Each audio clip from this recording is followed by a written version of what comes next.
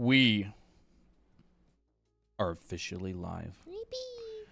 In the year of our Miki 2025, November 26th, and only 12 minutes late. 12 minutes late? Yeah, not so bad. We are officially live today. Hello, chat and viewers. We're going to go live on TikTok as well. Art coloring pit stop. Coloring. Insane art coloring pit stop. That sounds pretty good. Go live. We officially have a new camera. It actually looks really good. A new stream camera. And all we have to do is pull this little dial here. Okay. Ooh. Aw. Whoa, look at our hands. Yes. So we can actually see quite a lot of the desk now. Yeah. Should I move this over like this? I don't know. Yeah. So we just go zoop. Zoop. And we can zoom it in. You want to move it back to where it was. Okay. There we go. Hello. We officially have gotten a new camera with a much wider lens for the iPad cam. And it's probably going to have some issues. But I will sort them out over the next few streams. 9 months. After they drive us mad for 6 months. You know how it goes. Welcome, everybody. Wow. Cupcake admin, hello. Oh, yeah, I got to write down the code first. 25%. Dahlia. Everything looks to be in working order. Mm-hmm. Scrubby Zoom activated on Photoshop. You know, I've been meaning to try out Clip Studio sometime. Clip Studio is pretty fun to do. I really like their G pens and stuff. What's the theme today? We're gonna cover some coloring and rendering today.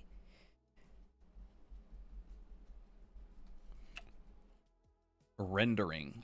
That is the topic of the day. And Christina's just kind of doodling a little bit before we get started. Yeah. Coloring and rendering. Maybe you color this one. Yeah, I will. I will color that one. We are going to talk about hard. Ooh, hard, light. And soft. Hey, Tira. Light. This is boring. I'm just writing. You probably don't want to see this stuff.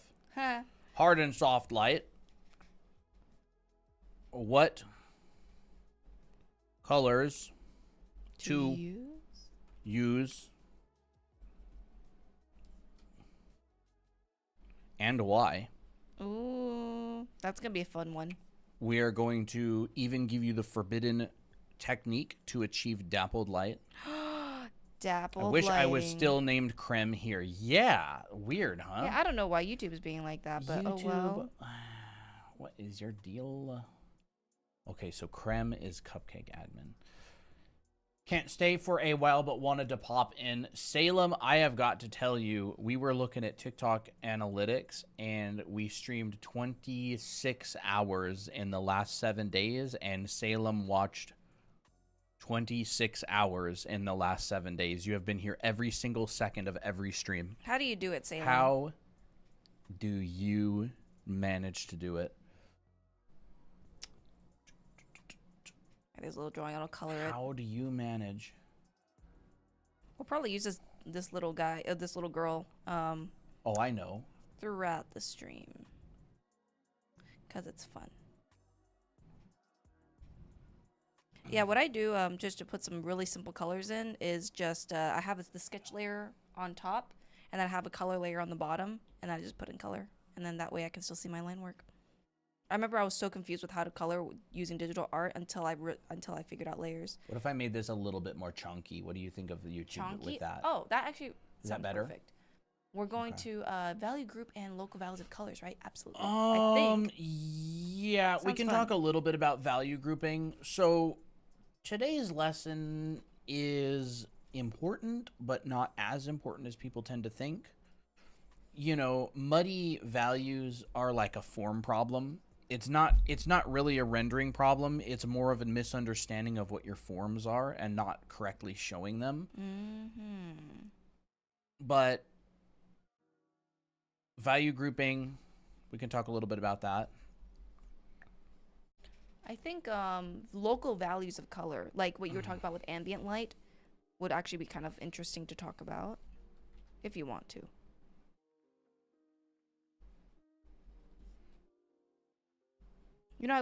Something I wish that Procreate did have was a magnetic lasso. Bro, that stuff is good on Photoshop. You got that? We do. We have need that. to keep. We need to keep using pushing. that. I do. Pushing on using that. We do need to keep on using that. Okay. Yes.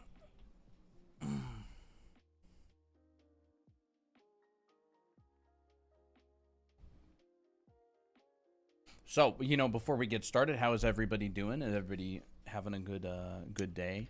I don't think this is connected. Our dummy battery, it's because it's off. There's a switch on the back. Okay. You can switch it on. Yeah, what is everybody up to today? How's it going? Coloring, and I need to save this file out. There we go. What you using? If you're talking about the program, I'm using Procreate. Hello, chat. Device. Hi, chat. Luna Yuki, thanks for the follow on TikTok. Thank you. Violent by Design, thank you as well.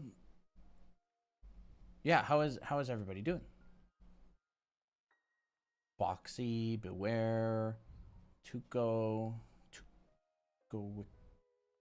Goer, Quillin, 6765, Dominic's Art X. Man, YouTube changed the display name thing. Yeah, they did.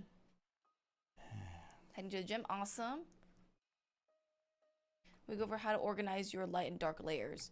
To be honest, when I use dark, when I just add in like my lights and darks, I always do it on one layer. But you can definitely separate your lights and your darks. Like you can have a layer for your darks, and your base color is your lights. That totally works.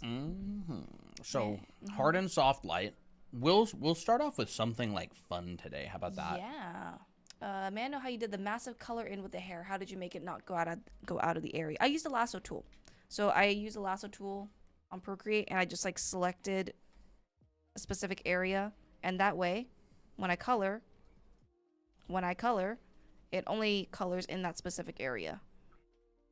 Love the lasso tool. It's great. And for some reason, the camera is spasming. Is it not focusing on the right area? Yeah, it's not focusing on the right area. Or it's like pulsing. Okay, it's probably done now. Okay, now I see like weird like diagonals. Like I said, we'll figure this stuff out over the next 6 to 9 months. We got a new camera for stream, and it might have a little bit of autofocus issues. We'll eventually get it figured out. Light and dark layers. Yeah.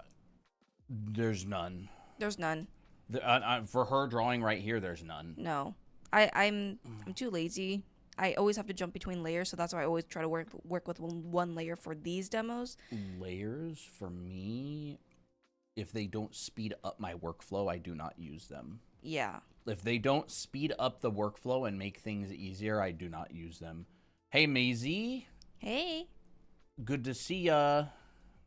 What do you do anyways, Maisie? Are you an artist? You hang out a lot?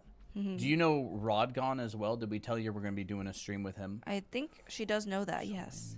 We see you coloring these doodles. It's all done on one layer. The coloring is. The line work is going to be on a layer on top. Yeah, see? I can turn the layer on and off like this. Hello, Not BH Gamer. Yeah, Not BH Gamer sent, I don't even know. Like I want to say 100 gifted memberships to the channel yesterday on YouTube, so that was pretty amazing. Today's subject is going to be all about coloring and rendering, and I will try to organize my layers a little bit more. How do you choose your colors? We're going to be talking about that. Yeah, we're going to be talking about that because the answer is it depends. I was going to say it depends, but then I was like, I'm going to wait for Colton to say it first. It depends. We need an it depends button, honestly. Aw, thanks, Chris. Yeah, Chris 36. Mm-hmm. Love when you guys pop up on my page. Appreciate it. Do you start off with midtone? I generally start off with like, It yeah, depends. it depends. That's true. It depends. If I know that I'm working with like, if it's easier for me to work with midtones because I can generally like play with my lights and my shadows, then I will use midtones. If like if my hair is predominantly dark, I will just start off with like the shadow color or something that's just the dark base color, if that makes sense. I kind of start with the local value for the most part, unless I feel like otherwise, you know. Sometimes you can start with shadows and then lights, add lights on top. It really doesn't really matter how you start. As long as your values are correct in the end result, you can do whatever you want. Do value grayscale, then use gradient maps. I never use gradient maps, to be honest. I'm too lazy to figure that out. Yeah, we've neither of us really use any gradient maps. Yeah. Mate said, yeah, you said that we're gonna be doing a Rodgon thing. Did you guys already plan a date for that? Did we? No, but it's gonna be a Wednesday. Ooh, a Wednesday. It is definitely going to be a Wednesday. I do not know which Wednesday. Homie, what?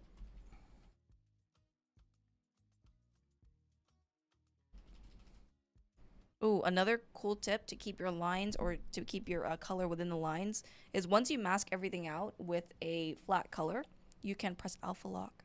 And that way it kind of acts like a mask so you can't like color outside of the drawing. I love using it. Squirrel Power says, I just joined. Why do the eyes look so good right now? That color is so pretty. Well, I am happy to inform you that this is my OC, Miki, and she indeed does have pretty eyes. Yes. It's because I used a very high saturation purple with a also pretty vibrant pink that's also a little bit lighter in value. So if you like turn this black and white, let me do this really quick, which, you know, we'll probably talk about that. You can see that the values are pretty close, which actually makes the colors more vibrant. Yeah, we do have a Discord server. We do. If you're interested in that sort of thing. Now, if I were to make this pink like the same value as the purple, now that would be like a trip. It would be a treat. It would be a treat and a trip. There we go. So look at that. The colors are very, very close to each other. So watch what happens when I turn this off. Oh my gosh. It's like vibrating. Let's actually see it. Yeah. Very, very vibrant. That's called simultaneous contrast of color, by the way. It's when you have two colors that are pretty different in hue but the same in value. It kind of like vibrates. Mm-hmm. It makes like a little bit of a vibration in your brain. Mm-hmm. There's a bunch of people who teach simultaneous contrast. I believe Ahmed Al-Duri, who was missing for a couple of years. He went off the radar, but I think he's finally actually back on Instagram. He teaches that. Yu Ming taught simultaneous contrast in his class. I don't think he called it that, though, but he taught the principle. And then Nathan Fowkes actually teaches it as well. So, yeah, you'll find a couple artists who talk about it relatively often because they use it a lot in their work. Not everybody uses it. Mm-hmm. It's a really fun concept. Yeah, but like Yu Ming uses it really, really, really effectively to control his values. Mm-hmm. And we'll probably talk about that later today when we go into that sort of thing, because we are talking about color today, which means I'm probably going to go down here and add that to my little notes. Let's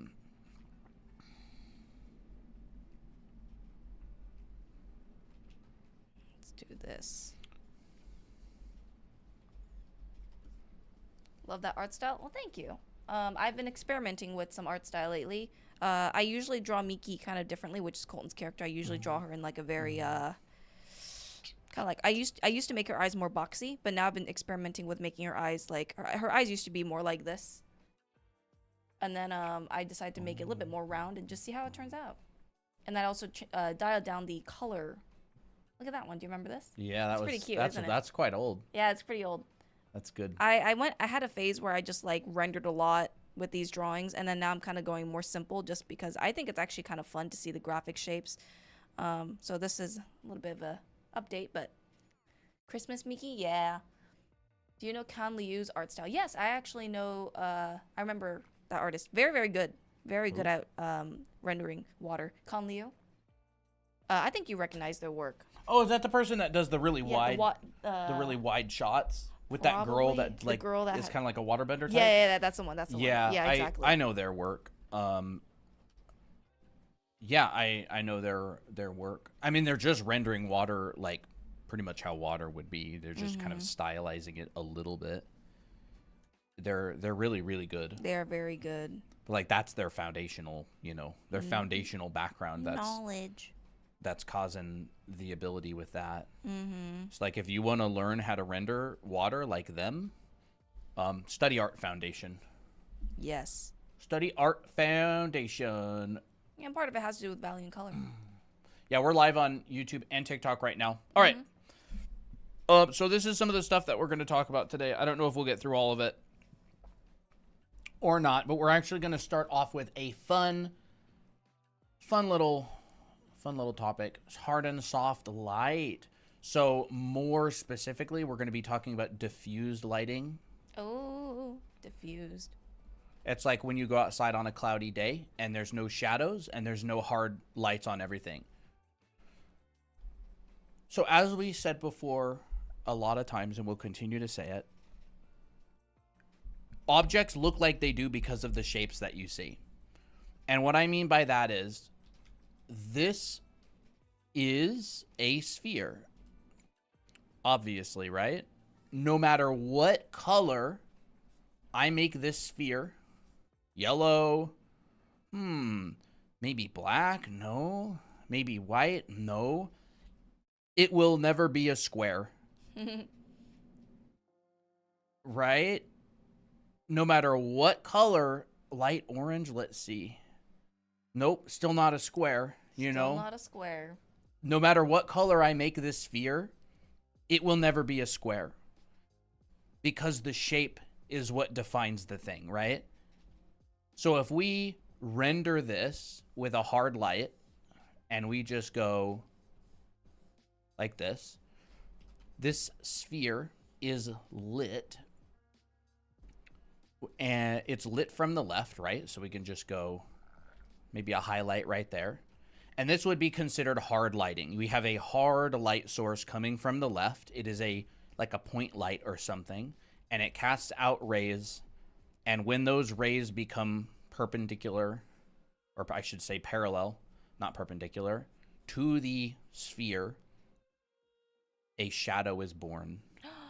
And so we have a dark side. Sounds like and cute. we have a light side. All right? A shadow That is born. a hard light. And the shapes themselves, this shape, so we'll go this red shape and this yellow shape, that is what defines the look of a sphere that is lit, all right? No matter what color you make these, no matter what orientation or rotation you make these, it will never be a square. It will never be a box, because the shapes are not box shapes. They are sphere shapes. So first and foremost, color is not nearly as important as the value, and the value is not nearly as important as the shapes. Mario Shard says, "Congratulations, it's a shadow." Yes. Shadow's born. And so no matter what value, lightness or darkness I make this side, it will never be a cube. It will never be a square. This little moon shape is what gives you information, right? This little shape right here is what gives you the information on the object, all right? And that's really, really, really important, because when you're drawing faces,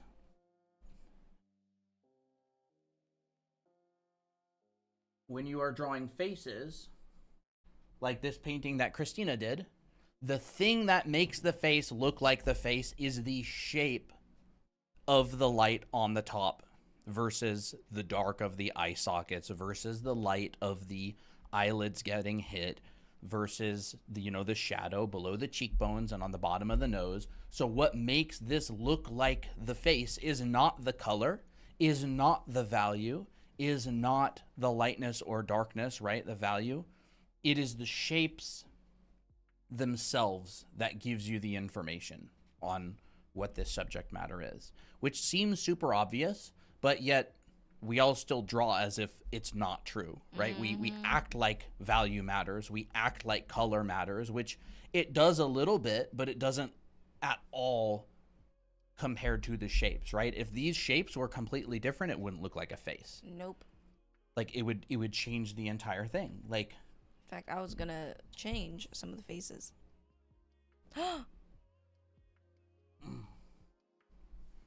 it changes the thing. I added 2 new shapes, right? Just a little triangle on top and a little triangle on bottom, and it changes the entire thing, right? You add this right here. It's no longer the thing because I've changed the shape. If I changed the color of it, it would still be a face. If I changed the value of it, you would still see it's a face. But if I changed the shape, the thing ceases to be the thing, all right? So shapes are how we recognize objects, all right? And so generally speaking, a lot of the time, the light will define the shapes that you see. So for example, we've got this shape right here, right? Let's just take this yellow shape and let's get rid of this and let's paste this yellow shape. Let's make it dark. All right, let's make it like darker. There we go. So we see this shape. But if I change the light direction and instead the light is coming from, say, behind, and we see just a little bit of that, now all of a sudden we have this shape, which looks like a toenail clipping, instead of this shape, which looks like, I don't know, like a flat football or something, like some of that, I don't know, bread or whatever, right? Just by changing the light direction, we have changed the shape so much. These two, like you would never think that these two, just looking at the shape, is the same thing, right? We just changed the light direction. We took the light and we moved it around back a little bit, and we've completely changed the shape of the thing. So I know this is a color lesson, but we kind of have to talk about this first because color really doesn't matter that much, all right? And if these shapes are correct, the color that you make it doesn't actually matter that much. It's still the thing. All right? And so if this, were this shape, it would be completely different, right? And then if we took another shape and just went like this, and then say we made another diamond, and then we made another, another thing right here, and we made another diamond. Like, these are just kind of these abstract shapes, but it's only when we like put them together that we start to see a thing. You go like, oh, this is like a box. It's kind of a little wonky of a box, right? Because my shapes aren't quite accurate. But it's only when we put these shapes together contextually that they look like things. What's that? It's mostly there for a box. Yeah. Right? And so the color, now the lighting, the color doesn't matter that much. The lighting over top of the form is what creates the shapes, right? You shine a light from above. We may get a shape like, not like that. We may get a shape like that, like a sphere lit from above, and you may get like an orange slice shape. We shine the light from the back. We may get just like a little sliver of light right there, right? And then it would have a bunch of bounce light in here, and it would be like mostly reddish. And it's like, you get a little bit maybe like ambient occlusion down there. And that would be kind of like a sphere lit from the back, all right? And we get that kind of toenail clipping shape. But there's another kind of light. This is hard light. There is also soft light. Soft light is when we have a really, really, really, really big light that shines light from all directions. So what you get is this shadow goes away, and instead you get a little teeny tiny occlusion shadow.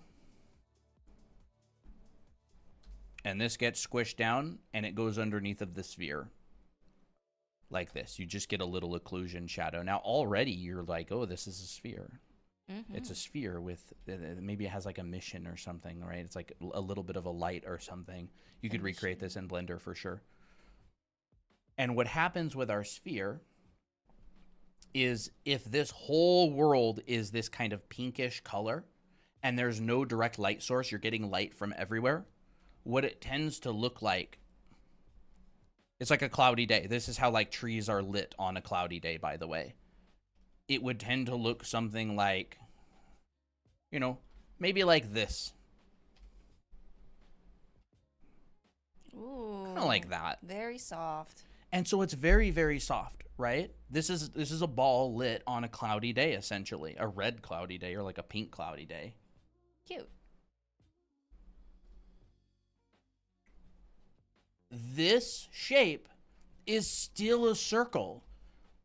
So what we have is we'll just go in here and we'll go and we'll bring this down.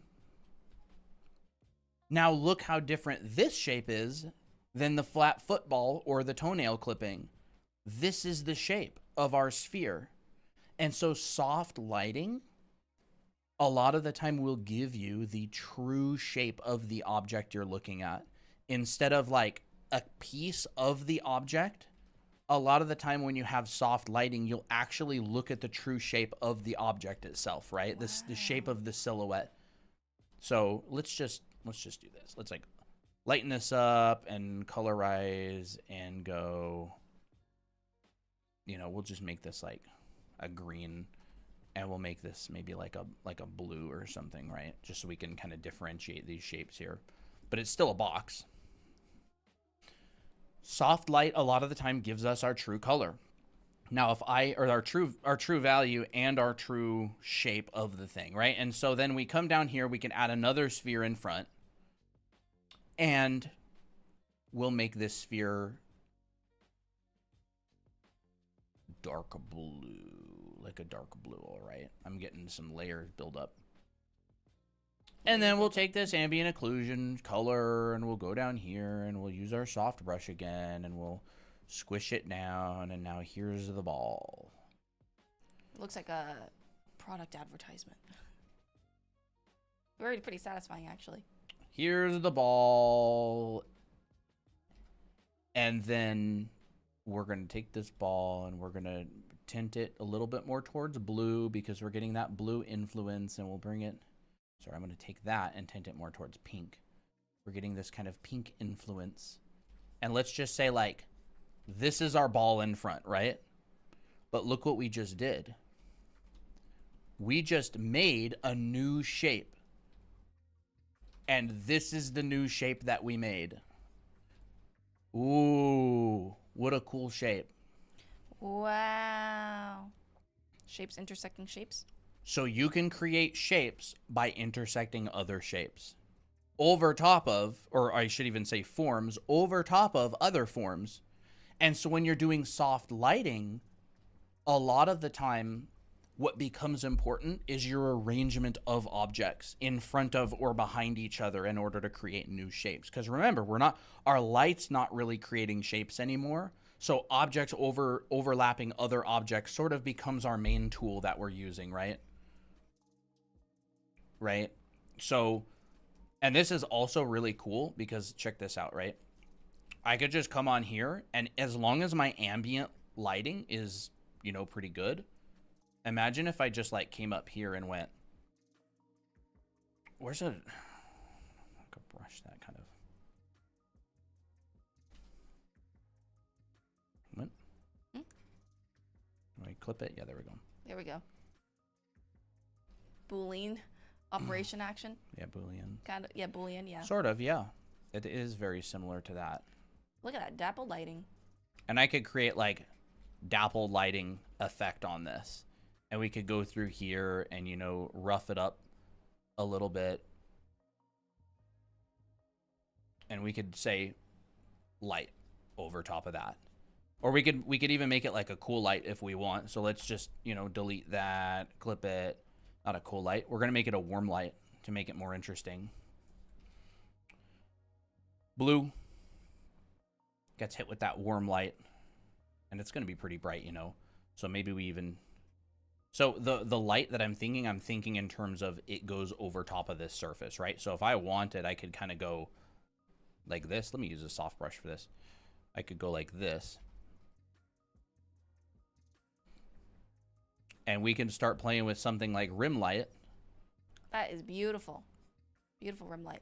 Like that. And we could play with maybe some rim light like this. We go up here. We make it brighter.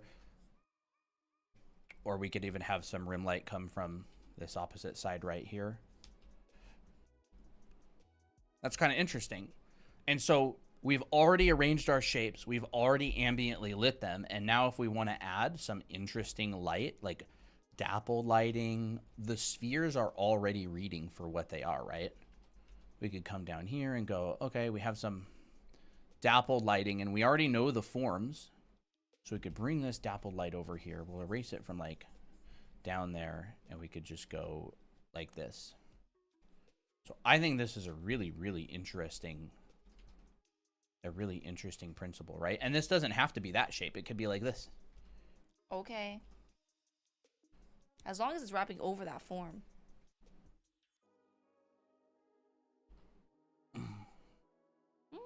Right? We could come in here and go... how do I do it on this? I can't press transform. Is there any other good book on transform. types of lighting besides the James Gurney one? Warp. Yeah, there's a number of pretty good ones out there. There's another one called Color and Light by 3D Total.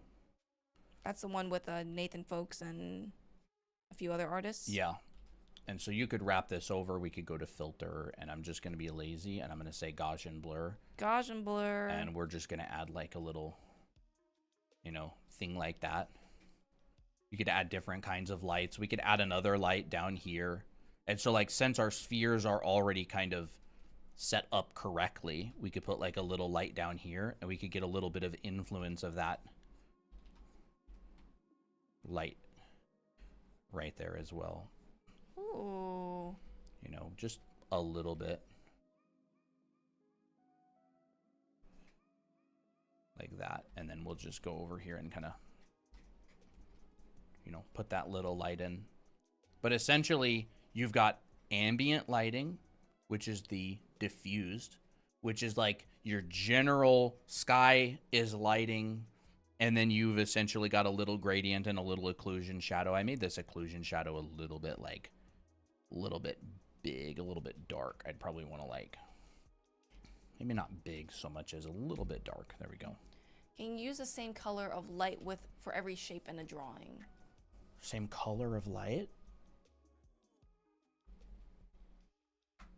I guess I have a hard time understanding that. Can you use the same color of light for every shape in a drawing?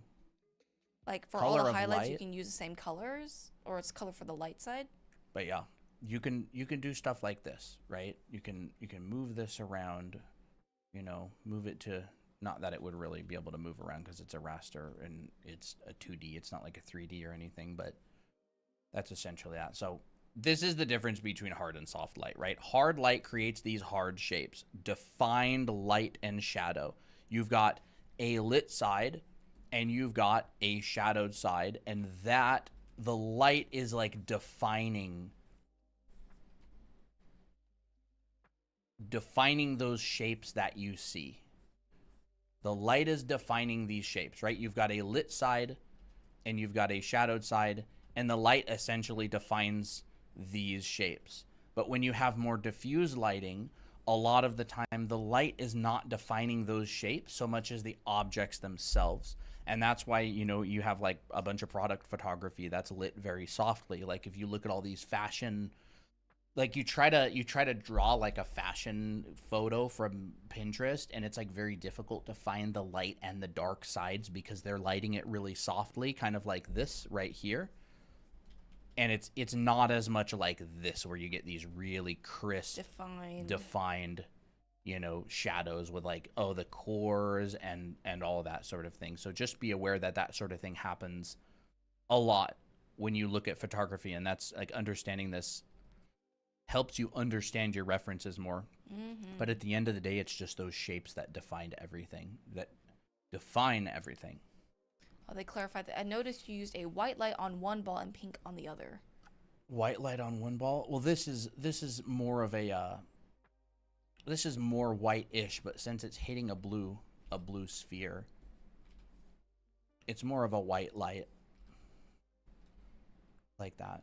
But it doesn't matter. Like, these lights could be whatever color we want. Like, you know, we could come up here and go, we've got like, you know, this color light hitting it, or we could go over here and be like, we've got, I don't know, that color light hitting different it. Colored lights will also show differently for different colored materials. Yeah. That's why it looks a bit different.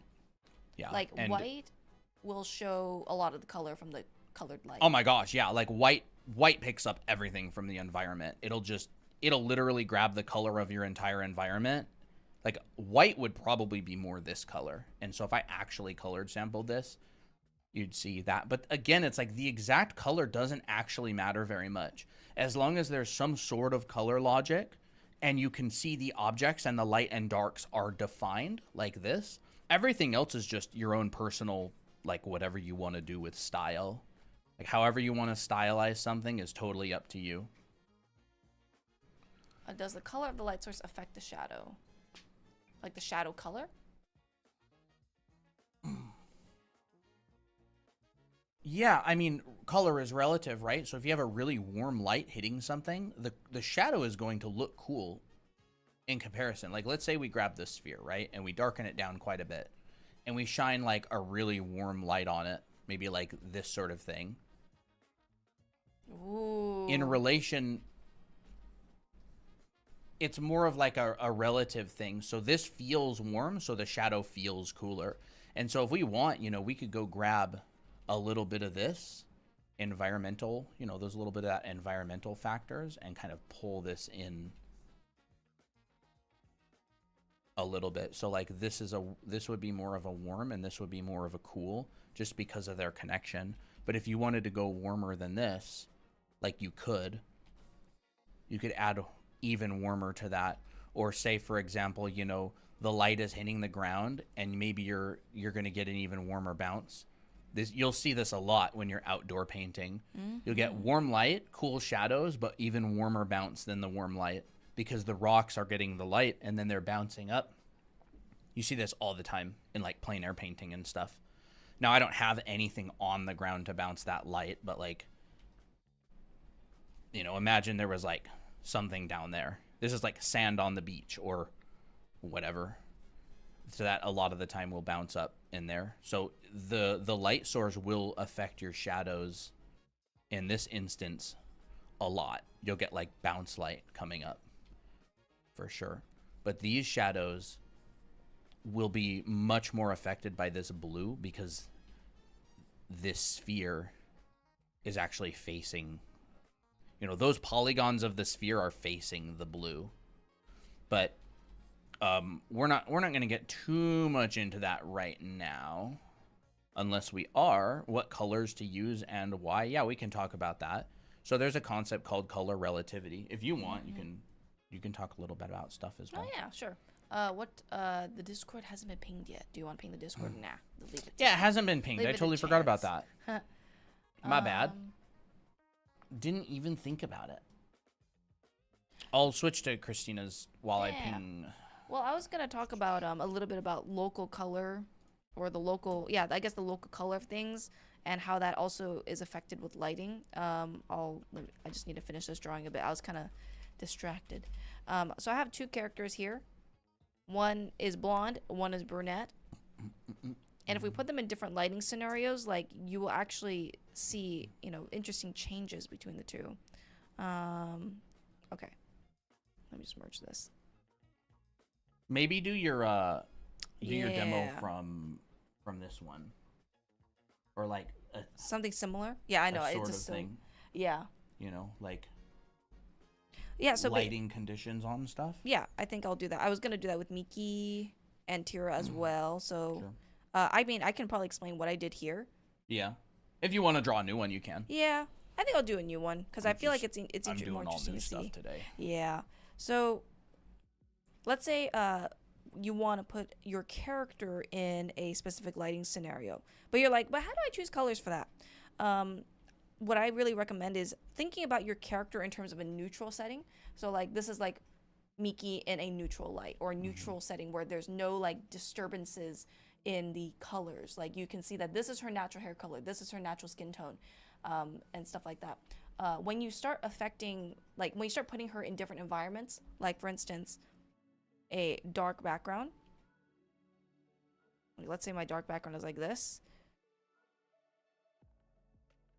You know, things will look different because you got to start like mixing the colors now. Okay, this is weird.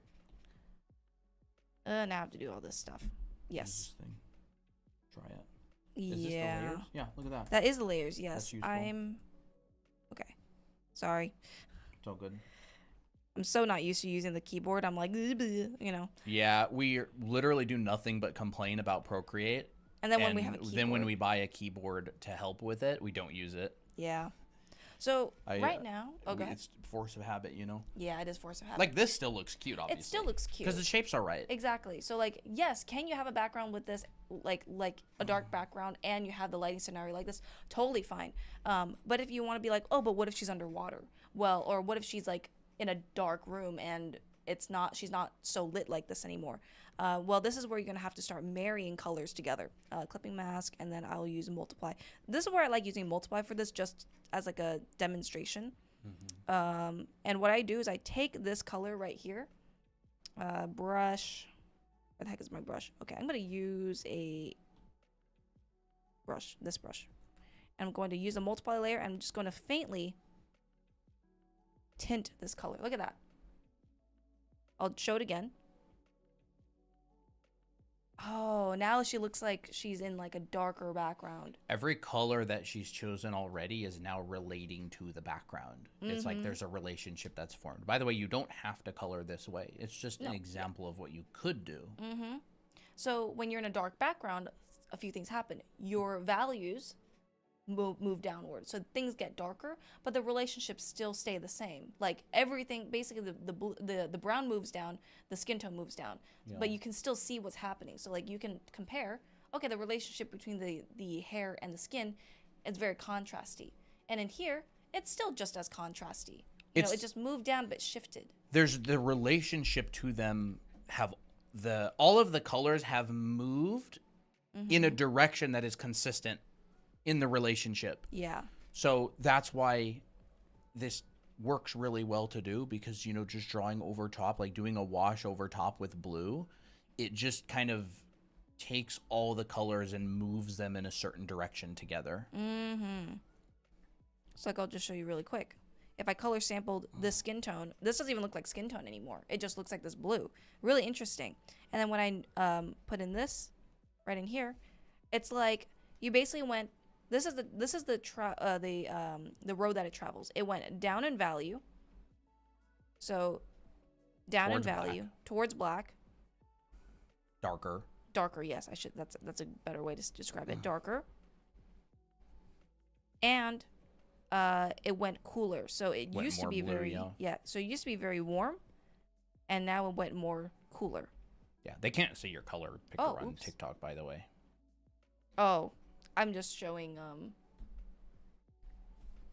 like just arbitrary colors, like warm and cool.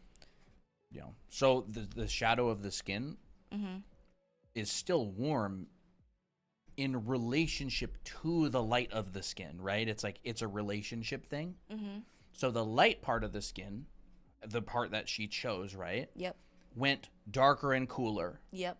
And then the dark part of the skin, right? The shadowed part went darker and cooler. But they've kept their relationship to each other. Yep.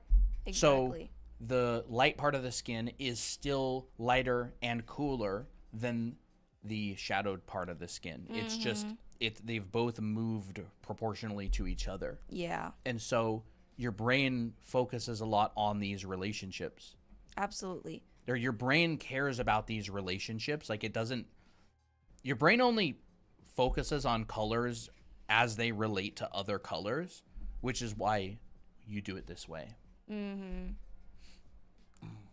How far on the slider should you move if you want to warm or darken the local value? Wait, how far on the slider should you move if you want to warm or darken? How much do you want to warm or darken it? Yeah. If it, I mean, it's 100% up to you, right? It's like, do you want to make it extremely warm, or do you just want to make it a little bit warmer? It's like, how far doesn't matter. It's about, does the relationship between them stay the same? Mm-hmm. Right? It's like, I don't know, you could add 50. It's like, if there's, I don't know, I'm trying to think of an example exactly. But it's like, that is the part that is completely up to you. It's like saying, how salty should I have my food? However salty you want it. Mm-hmm. It's totally up to you. So then if I add like, you know, a bright pink light, I want that light to meld in with parts of the color. I want that to, you know, kind of interact with each other. So that sometimes maybe even the highlight can turn pink. And some of this part of the hair can be lit in a pink light. And it feels convincing. You know, sometimes you see a little bit of rim light. How rare do you want your steak? Yes. Yeah, exactly. I like medium rare quite a bit. Medium rare is pretty good. I'll either go between medium rare or medium. It's always, or I should say like 60-70% of the time, it's a little bit too cooked. So I always go just like a little bit too far. Mm-hmm. I go raw, like just completely raw.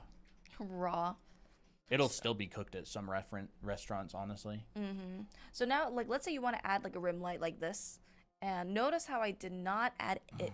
I didn't make the light any brighter. It doesn't look like this. This would basically look like a different light source in general.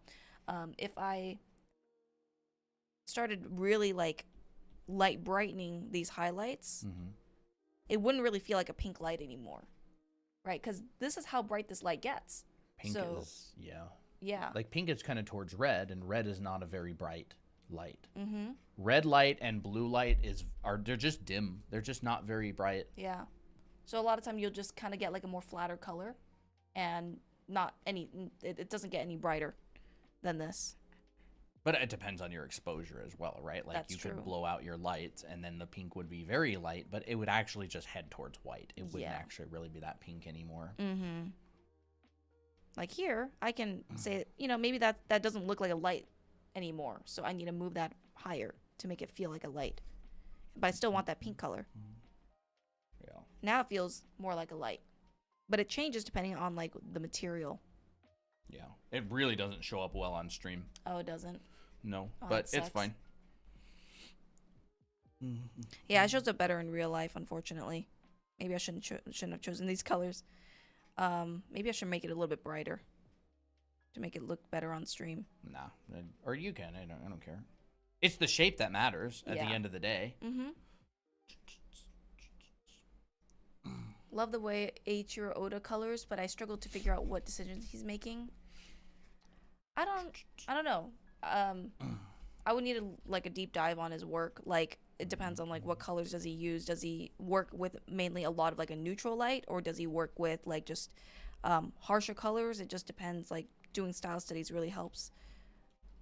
Yeah, but like this is the underlying foundation beneath all of that. Other people are just stylizing these principles, like the principles of color relativity, the principles of soft versus hard lighting, you know, very soft edges, hard edges, cast shadows, core shadows, lost edges. It gets stylized. Yeah. So let's go and look at what colors to use and why. So here's the thing. If I have a ball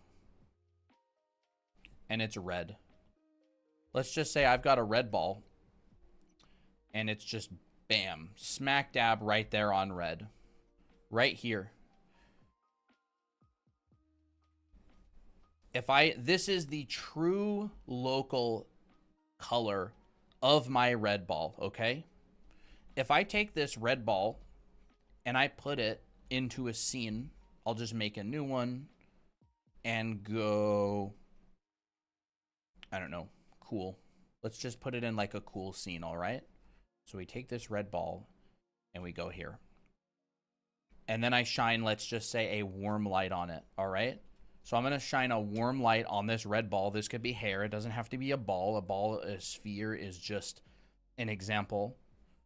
I'm going to take this and I'm going to shine a warm light on it. We're going to move warmer.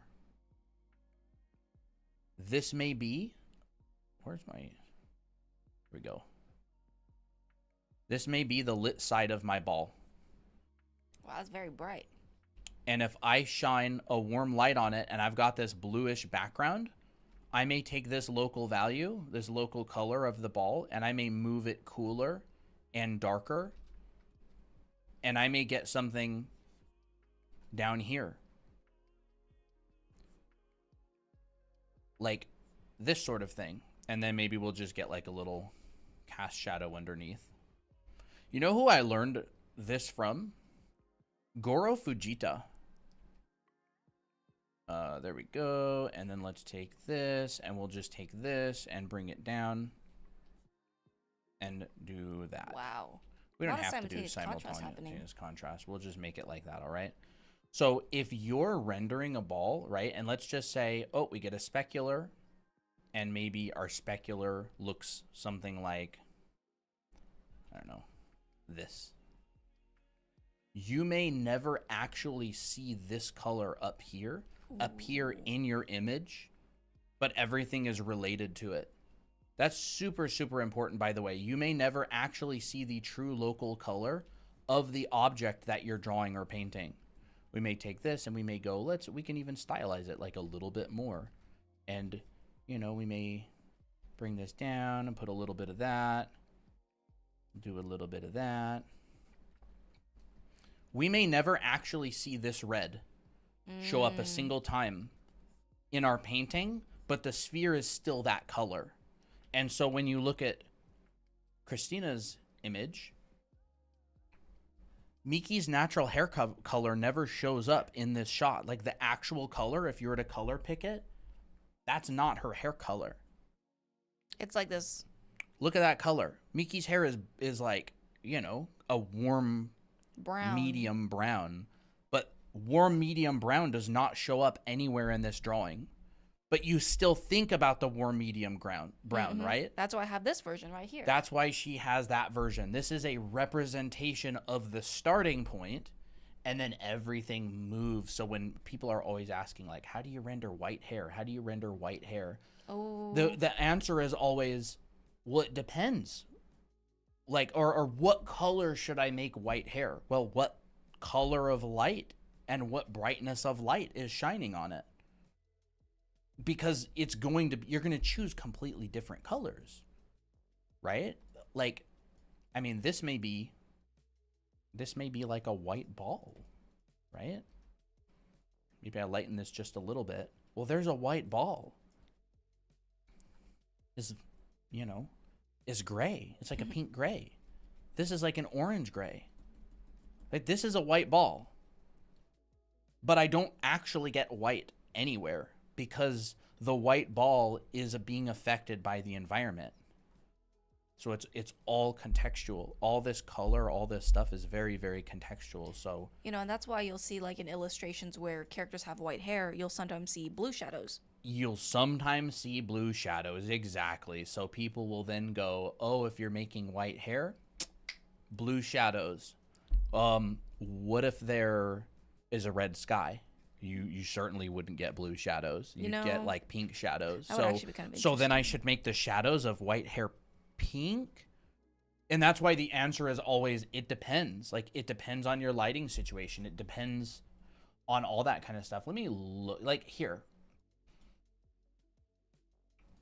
Did this, what the, oh, that's why. Look at all these layers. This is a mess. Okay.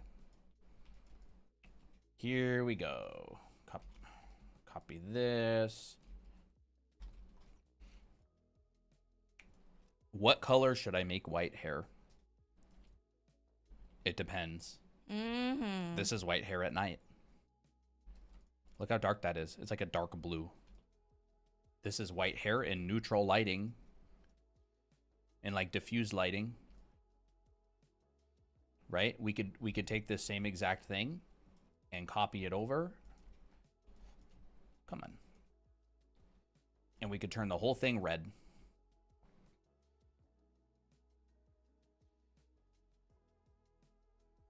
Let's just say, actually, I'm not going to do it that way. I'm going to go and balance it. Oh, color balance is actually quite useful. I like it. Oh. So if we were to put the shadows of the white hair in, it may end up being something like this. You know? So I should make the shadows of white hair red? But wait. Over here, the hair is blue. And up here, the hair is kind of like a very, you know, pale orange. So, you know, we get that question all the time. Like, what color do I make white hair? And it's just like, you know, what are the environmental factors around the white hair? Because there's the color, right? There's the color of the thing. And then there's the actual color that shows up in reality. And those, a lot of the time, I would even say most of the time, are different. Not the same. Not the same. Like, I'll show you really quick. I just did like a little demo here. And this is huge. Like, this is really, really important. This is like one of the most important parts of like the context behind color theory and all that.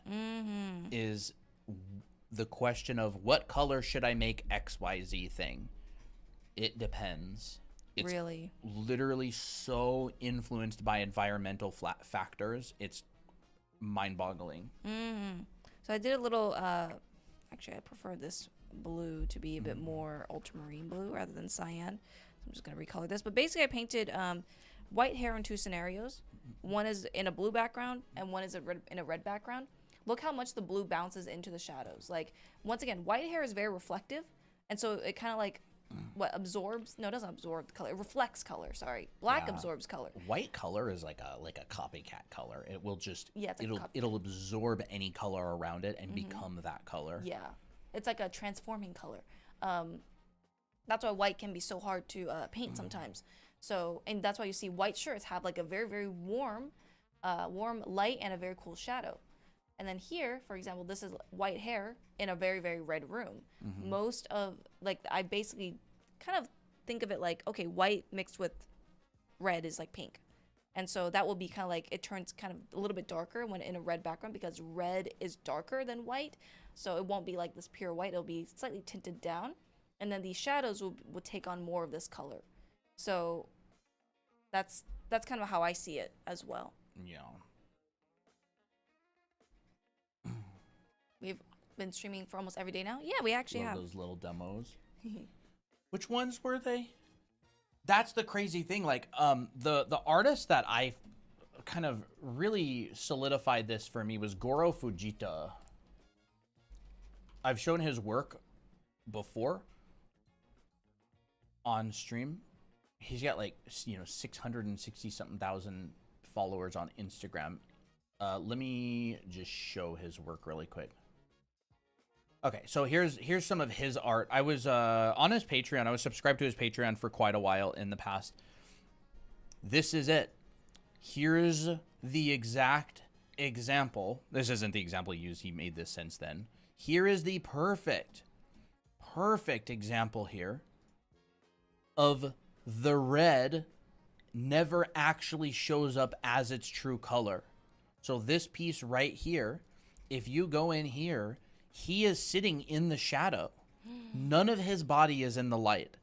This is the light. This is a warm light, and his shadows are, you know, kind of neutralish cool. This red, his red body, this is like a very cool red. Here's a little bit more of a warm red because he's getting some bounce light from the ground. The actual red of this robot's body never shows up one single time in this piece because the environmental factors, it doesn't allow it to show up. No part of his body is being hit by a neutral light that shows his true colors. You know, no pun intended. No part of his body is being hit where it shows the true colors of his body, but you still know what color he is. He's this red, right? He's kind of just like a standard neutral red. There's no red on his body as it would show up under neutral lighting conditions, but you still need to know that color. It's the same with everything in shadow. All of these things, you know, bowls. The bowl is white. The counter is kind of like, you know, wood. The wall is probably like this color under neutral lighting, but it doesn't even show up over here because this is warmer, right? The cabinets, none of these things are showing up as they really are because of the lighting conditions. So I'll write his name out so you can check out his work. His name is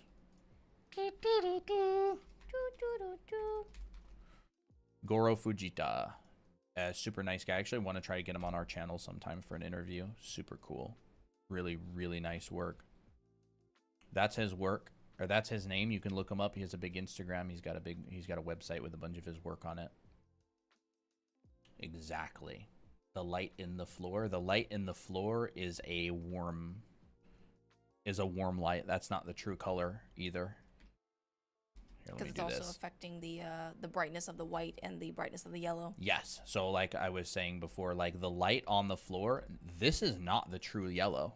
This is a really warm version of it. The yellow is probably more over here. It's probably more like this yellow. This is a really warm light coming through the window. And so this also modifies the color. So this yellow and this yellow, neither of them are actually the yellow in reality. It's just the yellow after it's been affected by shadow and after it's been affected by warm light. I don't know if he still has a Patreon, but it was great. It was really good. He has tutorials and stuff, and he talks about this exact sort of thing. Like, this is just the basics of light and color. Like, this isn't some, you know, esoteric knowledge. Like, a lot of people know about this, but everybody's got to learn it at some point, right? This coffee mug, probably white or light gray. Not here. All this stuff. Look, you can even see the reflections. Here's the color of the yellow floor in the shadow. Here's a direction that's kind of pointing upwards, probably at the wall. Here's a color that's pointing at this cabinet in the background. And thus, you get a rendered material that looks like, you know, oh my gosh. This. It turns into like, you know, turns into metal, like a metallic-y metal because of the environmental influences. It's reflecting stuff in the shadow. And I just think that's the coolest thing. Like, these pieces are so well made, and he has a whole bunch of them on his website as well. If you like want, you just see tons of them, and it's every single lighting situation. My by the way, gosh. look at the red now. So good. It's the same robot. If you see the red now, it's so influenced by the environment. Oops. Look at that. This is really dark. Oh my gosh, it's like almost black. Look at the red up here. It's blue. Why? It's blue. Because of the reflection. You get the Fresnel effect happening, and it's bouncing off, and it's hitting the light, the blue sky behind. This is probably a purplish. No, it kind of feels purple. You get a little bit of purple in there, but More it's so strongly. side. This is the same robot. Same robot. Same robot. Now you're getting like a really cool red, right? You're getting a extreme variation because why? He's under an umbrella. I guess that's not the sky, that's an umbrella. He's under a blue umbrella at night, and there's light shining through the umbrella. So this red is being extremely heavily affected down there. And I think he has like a whole series with this character. Let me look. That's so cool. He sees it. You see it everywhere, like Ooh. all over the place. That one's He's very putting nice. this one. Yeah, that one. Yeah, this one is gorgeous. TikTok can't see that. There we go. There we go. This same red robot is put all over the place, and it changes all these different colors. But it's always the red. It's just influenced by different environmental factors. This is a really, really big deal when it comes to like painting and figuring out color harmony. Because like the color doesn't matter. The robot could be blue. The robot could be pink. The robot could be green. It doesn't matter. It's just always going to be influenced by the environment and receive the context. Like, here's a green dumpster. He could have made the dumpster yellow. He could have made the dumpster blue, red, white, black. Any color, it would still feel like it works because it's being affected by the same environment in a consistent way. What software does he use for these? Probably Photoshop, right? No, I don't remember what he uses. It might have been like Procreate or something. I don't know. I have no idea. Yeah. It's probably not. Well, I'll show you this. Oh, these are great. I can tell you what software he makes these in. This is made in Quill, and it's a VR art program. So this works regardless of software. This is an animation that he made. This is a VR art program called Quill. Like, like a quill like pen? a quill and inkwell or whatever. And you just draw three-dimensionally, and he makes these, and it doesn't matter, right? It's all three-dimensional space. He's just, in the 2D ones, he's just drawing a shot, like a still image of the 3D space. And these, he's actually drawing it in 3D. And so if y'all have ever seen this went really viral online. This is his Goro Fujita's. Like, is that the coolest thing? Worlds within worlds. And he's using all those same principles. He actually talked about that on his Patreon. I think he used that one as an example. Piccolo. Now this one right here, you would actually get a relatively accurate view of the local color because this is pretty neutral lighting in here. So these robots in here, you're actually getting a pretty accurate, on top of them, local color. You know what I just realized? Because like a neutral white. What? Neutral white is like not too bright, not too low, just right. Yeah. But he makes all these in Quill. Yeah. He paints in VR the same way that he draws, like, outside of VR. These are so cool. This is just on his website. You can Google him. He makes these little cat ones. These are really the cat cute. ones are so cute. He makes tons and tons and tons of these. But here's an example of the white. I can't find the there we go. Whoa. Look at that. The snow is white, but it is so incredibly blue because it's absorbing all of that blue. If you squint from the environment. Yeah. Like you can see in the light, it's white, but in the shadow, it's blue because you've got clear blue skies out.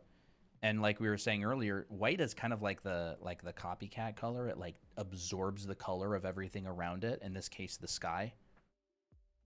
And you can see there's the mountain in the light is, lit nice and warm. And then the mountain in the shadow is being extremely influenced by the blue sky.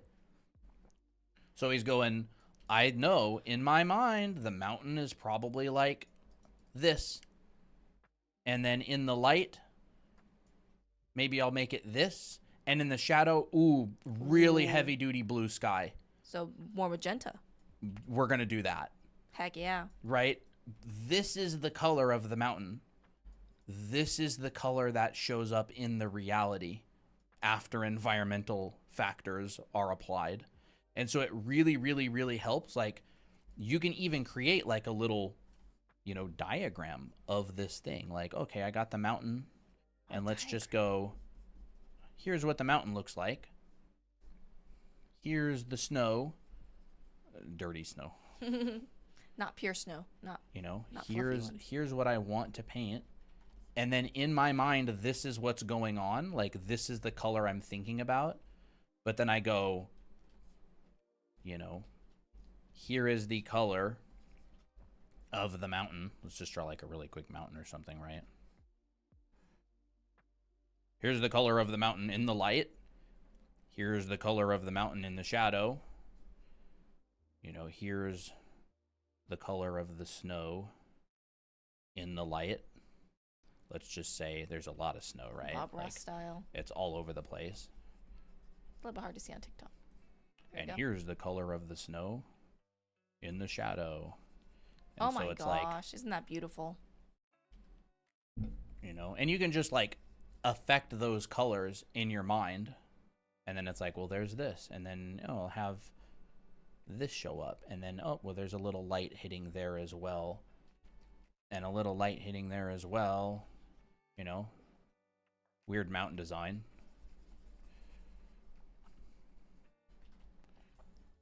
You have to think of the colors, even if they don't show up in your final artwork. So, you know, it's that age-old question. What color do I make the thing? And it's like, what is the environment? I learned from Goro. He was my best teacher of color. That's awesome. great. Yeah, Goro's great. I still remember when Colton told me about like Goro's fascination with the sky. He's like, there's pink in the sky. Yeah. And his wife's like, huh, what are you talking about? I think that's so funny. Yeah. I think Dan was the first person who told me about Goro. Really? Yeah. He talks a lot about pretty good teachers. Yeah, Dan told us about Ramon Hurtado as well. But yeah, like, right? And I mean, gosh, there's a this has no mountain. context as to the environment. So I would go, maybe here's like the blue sky above it. Wow. And he had like clouds and stuff in the air too, if I remember. I feel like wispy clouds be really good. Some like, you know, when clouds don't really like to get very dark because they're really soft. So it's like, So cute. that's kind of how he's thinking, right? It's like, here's the actual color, but it never shows up once. It's just in your head. And then you throw different things at it, throw blue at it. What does blue do? It cools it down. Shadow, you go darker, cooler. You go from orange, maybe over into kind of like a magenta or like a coolish red or something, right? You know, and it's this exact color. It doesn't really matter that much. It's more, is it warmer or cooler? Is it lighter or darker? Because it's like, you know, who's to say the exact color matters all that much? Mm-hmm. Thank you for the follows, guys. This is like, it's really, really important. Yeah. Where did I put his page? There it is. I added a little bit of a kind of like a sunset gradient vibe. So I think gradients are actually a really powerful tool for color transitions because especially if you start off with like a neutral lighting like this, like you can start with shading and lighting everything based off of like your neutral colors first and then change the tints later. So like what I did here was I was like, you know what? I am going to put a bit of a sunset gradient on this. So when I look at sunset gradients based on the reference, I'll see, oh, very, very saturated in the light, but it's not super bright. And then very like dark, almost purplish shadows from like the sky. And that's what I'll sometimes experiment with as well. Like you can't really go wrong with the reference. Like I can make this even more extreme by pushing this area more towards that blue. And then I can really push in that yellow really strongly. Looks like golden hour. Ooh, pretty. Ooh, pretty. Yeah. That is actually pretty sick. But it's like all I did was I just transitioned from warm to cool, warm to very, very like violet blue, and it looks more detailed than it actually is. All I did was just add a gradient. Mm-hmm. And, you know, because the values already work, like I know where all my shadows are and everything, like I know that this is generally where the light is, I don't really have to worry too much about like, oh, is the gradient completely correct? Like it's good enough. How did you transition? All I did was I added a multiply layer. I turned it into a clipping mask onto this layer right here. And then I just colored this yellow on one side and a blue on the bottom. That's it. And what the multiply layer does is it just allows her to transition from one set of colors to another smoothly in a line. You could do this with just a hard brush if you're careful. The multiply layer just makes it faster. It like allows you to do it easier and have more flexibility. Would you describe yourself as natural born problem solvers, or is it something you had to learn? I'm not a natural born problem solver. I am not at all. I don't know. I think Colton solves really problems know. just by trying stuff. That's something I do enjoy solving problems. It's fun. Yeah. Colton, I think, is a natural designer. He's like, how do I figure out this? How do I figure out that? And for me, I'm like, ooh, I don't know. The file size must be nuts for Goro's stuff, probably. I don't think it's too big. I messed with Quill quite a bit back in the day. Oh. I don't think it's too big. Yeah, I don't know why TikTok chat keeps going away. Oh. How would you Sometimes pick like- the color by the background condition? The blue. That would be yeah. the blue of the shadow that you see. Mm-hmm. Yeah. Like, I guess I'll just do it again because I think it's kind of fun to see it happen in real life. I know that I'm going to be doing a sunset scene for this. And I know that with sunsets, there's going to be very, very warm and very, very cool. Like borderline, like almost purplish. Yeah. Assuming the sky is blue. Yes, assuming the sky is blue. Exactly. If the sky was red, Now that'd be different. it would be, yellow and red. Yeah. If the sky was blue, it would be, probably yellowish and blue. Mm-hmm. So it's like it all contextual, right? Yes. And I also know that in sunsets, things start getting dimmer. So, oops. And this is just a quick thing. I just use multiply because it like dims the color without ruining your details, but you have to kind of be careful about it. So like I'm like, okay, we'll have this will be my lit side, which is gonna be this dark orange, and then I take a much more violet blue, and because blue is already much darker, I don't have to worry too much about like ruining the values because it's transitioning from light to dark. Now I did not do it as elegantly as I did before, but that's okay. No, I can just blend it in a little bit nicer. And that's all I did. And of course, since this is on a lower opacity, you can always make it more intense if you want it to, like layer like upon layer. to me the value read of the light versus the dark is not working right now. It's not working. Yeah, it's not. The lit side of her face is too dark. Yes, it or is. the dark side of her face is too light. Yeah. I mean, it depends on the exposure of your camera. That feels a little bit better. Yeah, for sure. Yeah. But the colors, the transition of the colors and everything work totally fine.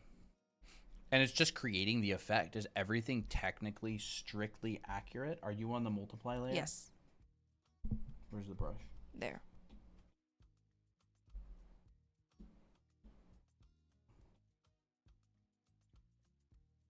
Did even go into that. Oh, that's much nicer. I like that. It just depends. I mean, who's to say she's not walking on snow and it's bouncing a bunch of light into the shadows? Like, you could make the argument easily. That's the thing, is like people will go, what is the correct lightness or darkness for this shadow? What's below her? It's all theatrical lighting. If it's snow, You'd probably have that. probably have something like that. The art direction part for you is going, is it clear? Can I clearly see what's happening, right? Am I communicating the idea that I want to get across? You know how photographers do this stuff? They get a light panel, a bounce. They sculpt the shadows, right? Think of yourself as like sculpting the light and the shadow, not what exact technical, it's all theatrical lighting. Like Look at movies. Like the lighting changes as a character walks down a street. Man, we were watching Total Recall with Arnie, and I noticed that there was a shot in front of him, and he was really well lit. And then the camera switched to a different angle, and the lighting was literally coming from a different angle, just because it was clear. It's all theatrical lighting. You can fudge and cheat stuff for the purpose of clarity, and you decide how much do I want it, how much do I not want it. Because like you'll have people come in and they'll be like, the shadow looks too dark or the shadow looks too light. It's like, really? Because I thought she was walking on snow. Right? Like you could say, oh, she's walking on snow. Like the issue is clarity. It's not, is it technically accurate? Because most people don't care about the specifics. They're focused on the image, the clarity. It's only when you have like expert, self-proclaimed expert chatters who are just like, well, according to my calculations. But everybody else just goes, dang, that's a cool image. Like, repost, share. And it's only when you have like other like artists that come along who like scrutinize it that they start complaining, right? Mm-hmm. Like that's exactly how it is, right? So it's like, trust your own instinct, trust your own gut, trust your vision for the communication of the piece, because you can do it theatrically. Like, literally go get your photography, go get your photos, your portrait professionally taken.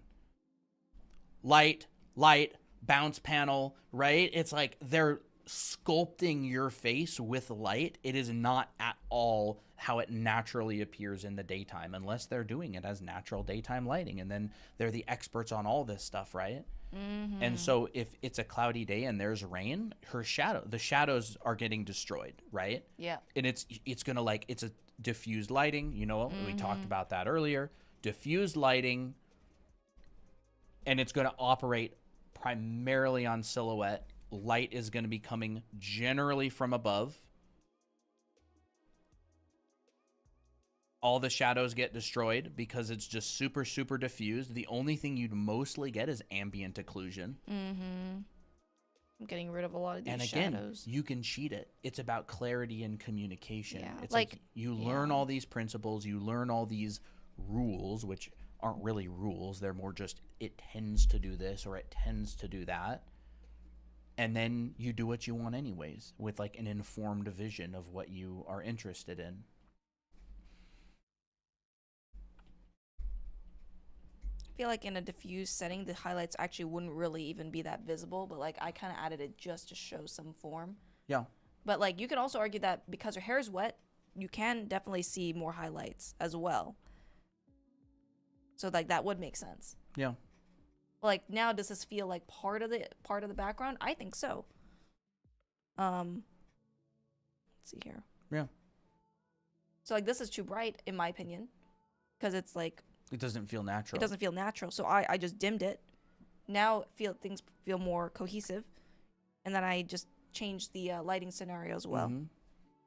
I do think you should learn from realistic natural lighting first. Otherwise, you might start using shorthand instead of actually designing lighting. Yeah, and I mean, if you've been here for any time, you know that like literally almost all we talk about when it comes to learning lighting and coloring is doing still life paintings from direct observation.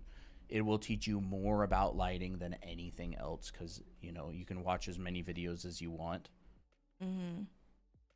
And you reminded me about that. Thank you. I need to go open my color lessons. Here it is. Do still life studies like this one from direct observation of real life. If you want to do them traditionally, that's even better. You learn how to mix colors and stuff and paint. You could do watercolor, you could do oils, you could do acrylic, doesn't matter. Learn about the real world through observing the real world, right? And even this would have an asterisk.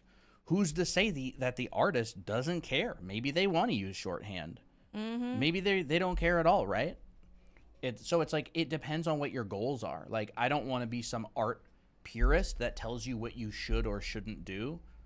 I just find that there's a lot of people out there who want to improve and grow and get better and don't know how. Yeah.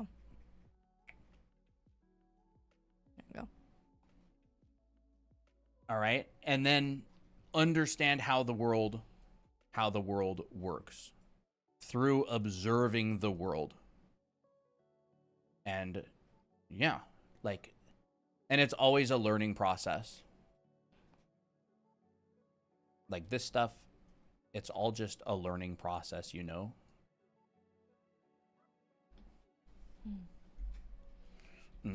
the piece looks good even though it's a study. Oh, that's the hope. That is the hope. I mean, the thing that makes something look good is the arrangement. the arrangement of things. I would recommend reading Andrew Loomis's Creative Illustration. He talks a lot about the arrangement of things. That's everything. That's like all the design. It's like all design stuff. But the really important part is to immediately after doing your study analysis to make a new piece of your own design so you actually learn it instead of only copying. I wouldn't necessarily say that. That's definitely one way that you can learn it. You could do that. It's definitely a good way to learn. I wouldn't say it's the really important thing. It's like a thing you can do that would be beneficial, but there's also a lot of other things that you could do that are beneficial. Like our oil painting teacher, Robert Lemler, a very successful artist, gallery artist for 40 plus years. He never goes and does his own analysis on the side. No, he just paints from observation. Yeah, all he wants to do is just observational painting, and he's not even interested in making things. So it's like it's all contextual. All advice is contextual. It's like I could say the really important thing is to make sure that as soon as you're done drawing, you go to the gym so you don't get shrimp back. Shrimp back. Yeah, Richard Schmid is good as well. Richard Schmid, who was Richard Schmid following that we just found on Rodgon. Rodgon, yeah, Richard Schmid follows Rodgon. That's fun. That is fun. For some reason, Richard Schmid, I always thought that he was dead, but he's still alive. Yeah, he has that painting in the school, right? Yes, he does have that painting in Scottsdale. Yeah, I mean, there's an infinite number of good books on painting out there. Tickle Monster, hello. Hey, Tickle Monster. It's been a Saturn, while. hello. Too late for that. Already got shrimp back. Should have listened. Should have listened to the advice. Permanent shrimp back. Now I'm gonna go talk about how right I was on Reddit. Oh yeah, I also did a few other lighting scenarios like these ones here. Sometimes I'll just start with like a random color. Yeah, just try things. Yeah. And, or you could be like Gene. He literally never uses color. He uses he like, doesn't. You know, washes, watercolor washes that just kind of show a little bit of shape. Totally fine. Look at Kim Jong-il. He didn't paint very much. A little bit. Most of his work is just like, I'm going to doodle on the wall with a Sharpie. Yes, you have the Discord link. It's on our website, drawanime.com. Yeah. Good to see you, Saturn. Will still life help train your eyes to see values better? Yeah. I mean, and also like compare contextually, right? Yeah. Like, is it lighter or darker than the thing next to it? And you take a guess, and then you go, was my guess right? If it wasn't, is it lighter or darker? Is it warmer or cooler? Is it more or less saturated? That's a good way to it's a good way to do it, you know. And it really depends on your goals. I'm not at all under the belief that everybody should be an artist. Like, I think people should be artists if they want to. You know, I think it's good to try. I would just be like, yeah, I think everybody should try stuff. But, like, I also think everybody should try the food that I find yummier than anything else. People live very happy and fulfilled lives never trying my favorite food.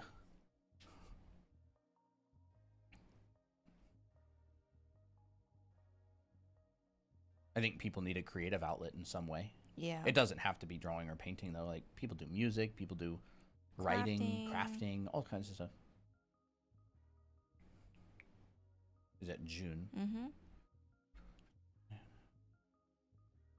Tickle Monster. Could I get a Discord link? Yeah, it's just on that page. Yep. The Draw Anime.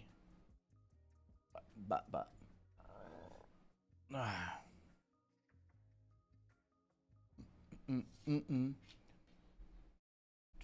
No, we don't do character requests. Not really.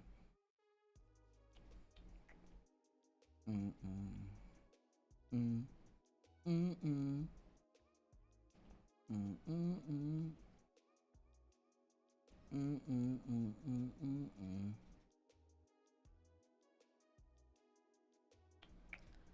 you talk about coloring eyes? Like the process of coloring eyes? That could be kind of interesting.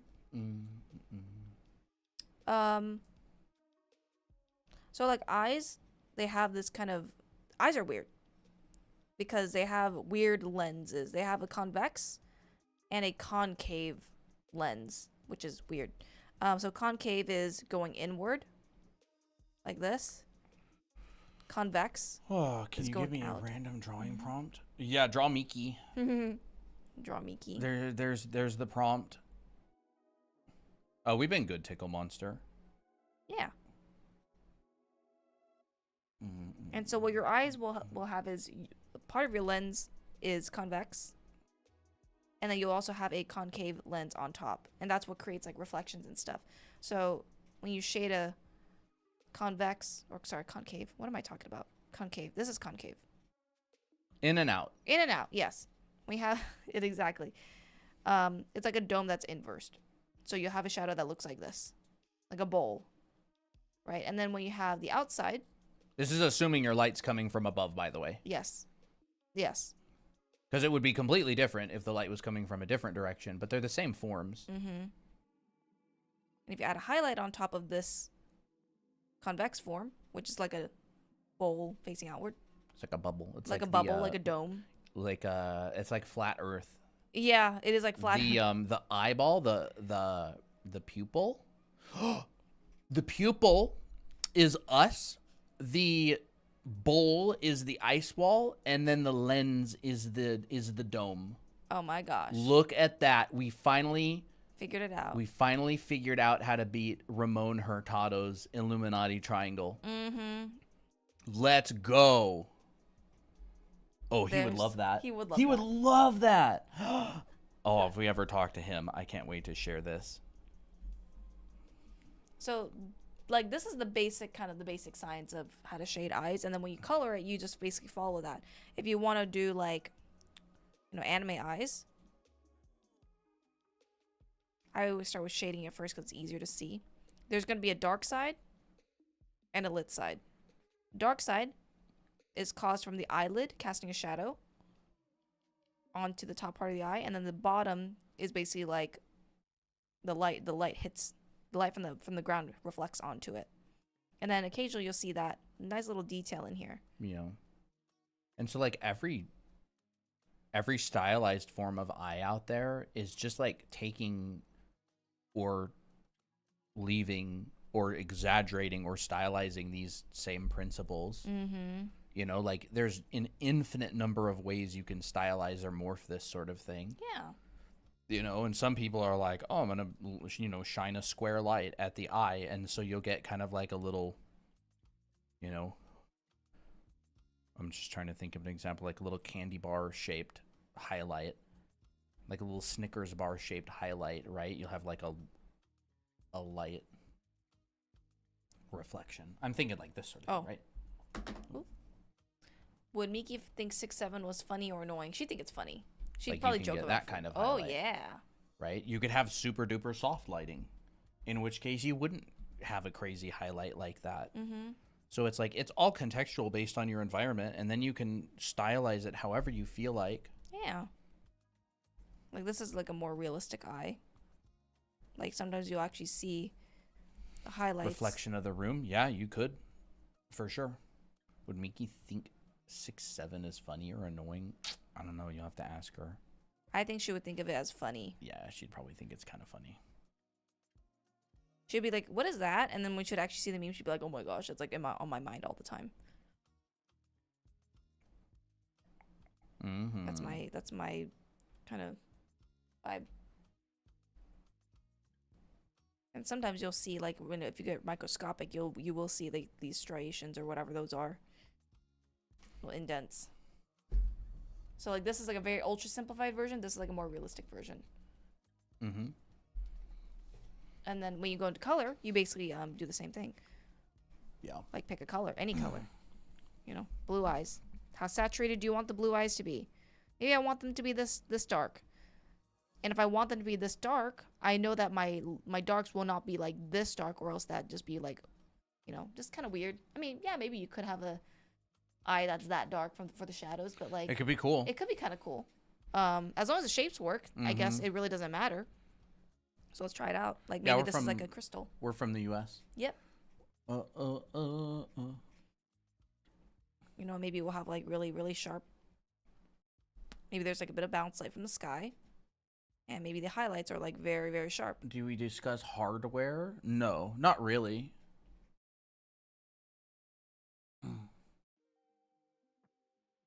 Not really. People use what they want. We could give recommendations based on our experiences, but not really. Everything else is just detail at this point. You know, some people like to add like, you know, interesting shapes. Like in here, like kind of like facets, whichever, whatever floats your boat. But I feel like that can break your value read sometimes, so like you would have to be careful about that.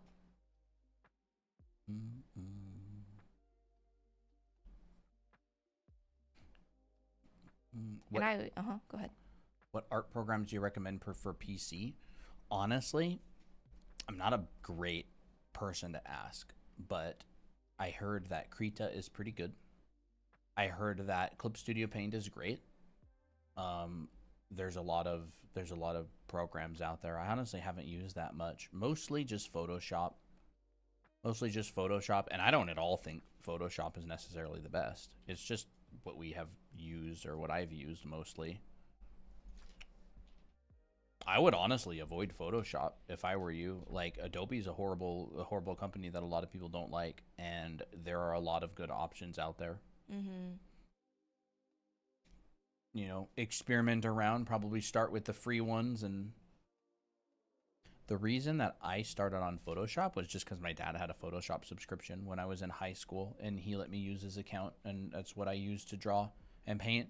And I was going into concept art, so like, you know, Photoshop's a pretty good option for people who want to go into like AAA concept art with photo bashing in 3D, because it's pretty good at photo manipulation.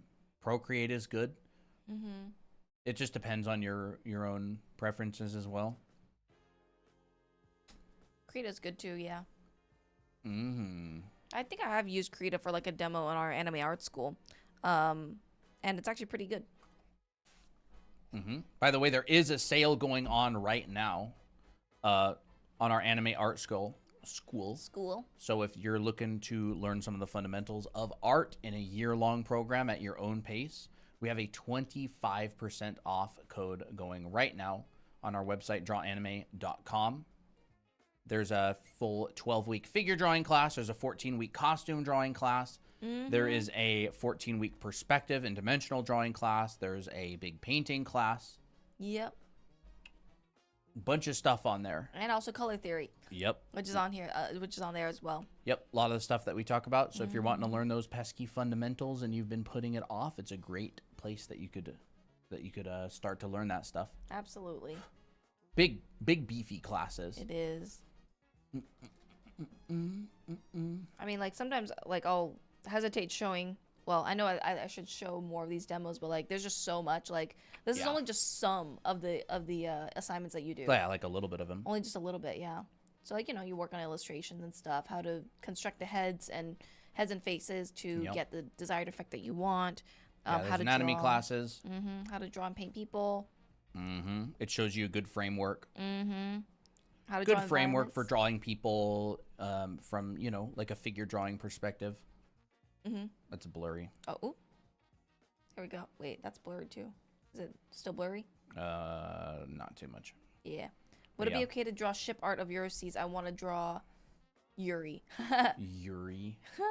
Not you, Yuri. I mean... Saturn? I am hereby explicitly giving you permission to draw that ship one time. Miko and Tira? And your permission may be revoked at any point. But for right now, yes, you can. As long as there's no, like, Miko, because that's weird. That would be like they're sisters. But yes, you can if you want. Only once. Take it or leave it. You know, if you don't want to, I'll take away. I'll revoke. You know, totally fine with me. Got to make it peak. Sure, why not? Could be fun. Interesting pairing. I wouldn't recommend only paper for the school. Like, there's a Yeah. lot of digital painting. There's a lot of that. You could make it through a good amount of the perspective class Yeah. because that's mostly just line drawing and stuff. But like the figure drawing class, you'll probably be able to make it through what, like probably half of it or something, or maybe a little bit more than half. Yeah, and you can probably do some for like the figure drawing class. I would recommend digital. Yeah. Like the painting class, you know, unless you, because we don't teach color mixing, we don't teach any of that stuff. Mm-hmm. Yeah.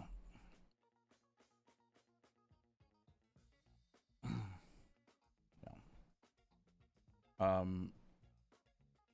It's just not enough of it. I wouldn't really recommend it. Not because it's like explicitly digital concepts, but it would just be really hard to follow along because we're assuming students are following along digitally. Mm-hmm. Yeah. Mm.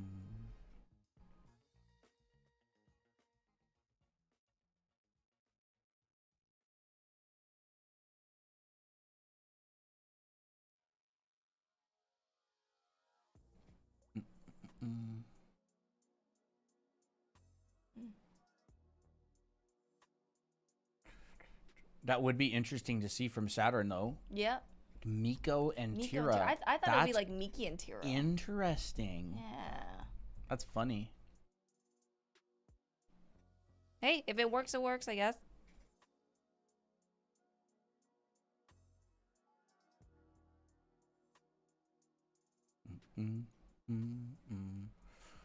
What else did we talk about? We were going to talk a little bit about value grouping today. Did we talk about simultaneous contrast? A little bit. Yeah, a little bit earlier. Value grouping and local values of color. We had not covered that. Not yet. We covered it other days, but we haven't covered it today. I don't know if we want to or not. It's fine with me. We actually have more YouTube viewers on than TikTok. Yeah. How about that?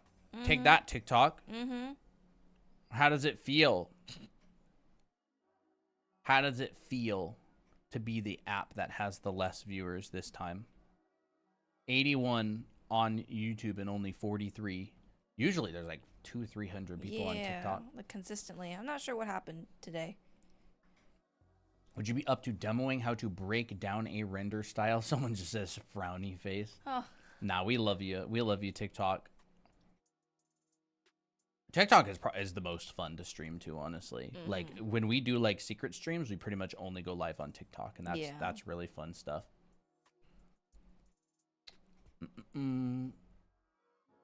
All ticks have been talked. Couldn't have said it better myself. You've taken your last talk. I haven't done game night in a very long time. We really haven't. Only once? Yeah. That's crazy. I've improved drawing ship art. That's great. Okay. That's fun. Oh, that's funny.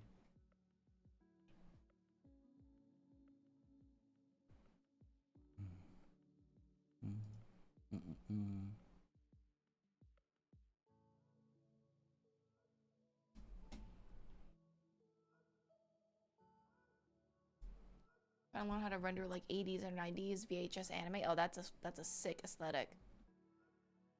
Yeah, it really is. You know. Yeah, we'll talk a little bit about that. What? Yeah. I was gonna say, I remember looking at 80s and 90s anime styles, but more specifically 80s. They have a very specific way they render. Like they will have like a base color. They'll have like they'll like to use like white on the edges, for example. I don't think we're gonna go too much into rendering in different styles today because we still have a bit of stuff to talk about. Yeah. But it is no, again, that's crazy. What? Oh my goodness. Not BH gamer, and by no I mean that's crazy. Like you shouldn't have, you know. Like I can't believe it. 50. That's so. Not BH gamer sent 50 gifted memberships That is insane. on YouTube after the 100 yesterday and another 50 today right now. That's crazy. Lot of people. Let's see if some of those people got that wished they had some were getting some. Oh wow. It's going to be going for a long time, but we did turn the audio down a little bit because it tends to overpower. I don't even know if you can hear it on YouTube, honestly. How about that? Look at that. So, let's go into a little thing that we like to call, what should we call it today? Compression. Compression, yes. Yes. So this is a really great concept, all right? So we have got, and apologies for people who wanted to watch Christina's demo. We kind of have a schedule to stick to. I think she's just going to draw and sketch for now. Look at all that. There's so many. Oh my goodness, there's so many. Okay, Thank you. We have got light to dark. This top represents the lightest value, and this bottom represents the darkest value. Okay. All right, so this is black on my computer monitor, and this is white on my computer monitor. This is our entire value range, right? If you were to draw a value scale here, it would look something along the lines of like this, right? White to black. And this is all that we have. This is all we have. And so everything above this is like, wow, it's so distracting hearing that, bro. Everything above this is clipped, and everything below this is going to be clipped as well. So we'll take this down here. You know, thank you so much, BH Gamer.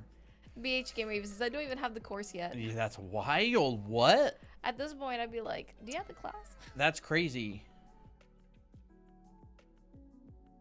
I missed a membership again. That's crazy. How unlucky can you get? Hey, we still appreciate having you here. Seems like it's over. Oh, nope. No, it's not. Yeah, thank you. Can we get some W's in the chat, by the way? Look, we can actually see who all our viewers are because BH Gamer has exposed them all. Sorry, I got completely distracted here. All right. So, in the universe, right? In the beginning, there was darkness, and out of that darkness came a light. I think that's actually a quote from like Red versus Blue. Oh, really? Yeah. So we've got the darkest, go Genesis on the darkest dark in the universe, right? Black hole. And the lightest light in the universe, which is like, you know, sun, or like the center of the brightest star. Mm-hmm. And out of all of this value range, we are able to like perceive just like a little bit of it, right? Like our eyes can't see the brightest sun. It blinds us. We can't see the darkest dark, right? And then inside of this, we've got our computer monitor, which is backlit. And this is a really small area as well, right? Archofficial, we're not looking for co-teachers today, unfortunately.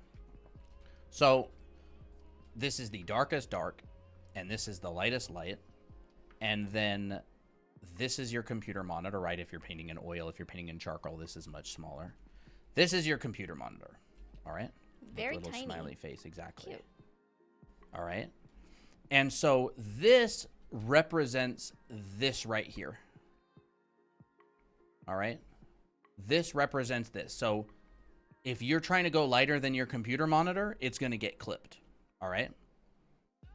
And so there's a concept of value grouping, right? Value grouping right here. And so we're going to go, if we want to make a painting, right? In our painting, we've got information in the light. And I do have to give credit to Devin Corwin for doing this lesson. He has really, really good stuff. Mm-hmm. I really liked it. Like, this isn't the only place that you can learn it from. You can learn it from a lot of places. But I really liked his breakdown. I'm going to try to get him on the channel sometime. That'd be great. So if you always figure, There we go. What? If you always struggle with muddy values, this is very helpful. Yeah. All right. So here's your lights. Like this is information in the light, right? Like the lit side of an object.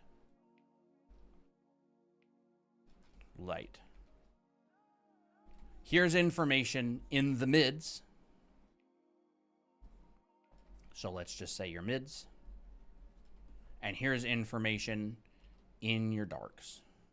So this is like stuff in the shadow, right? Darks. Let's just write this down here. Darks. There we go. Darks. Mids, lights, darks. Now let's go ahead and take this and we'll just go ahead and cut it. Cut.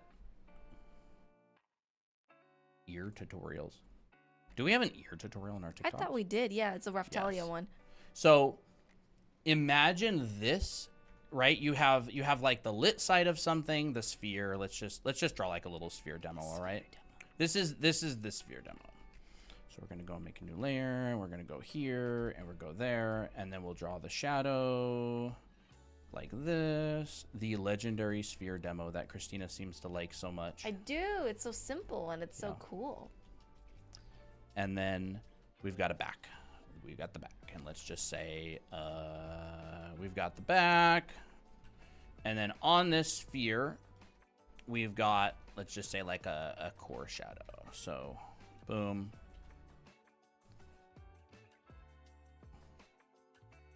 There we go. All right.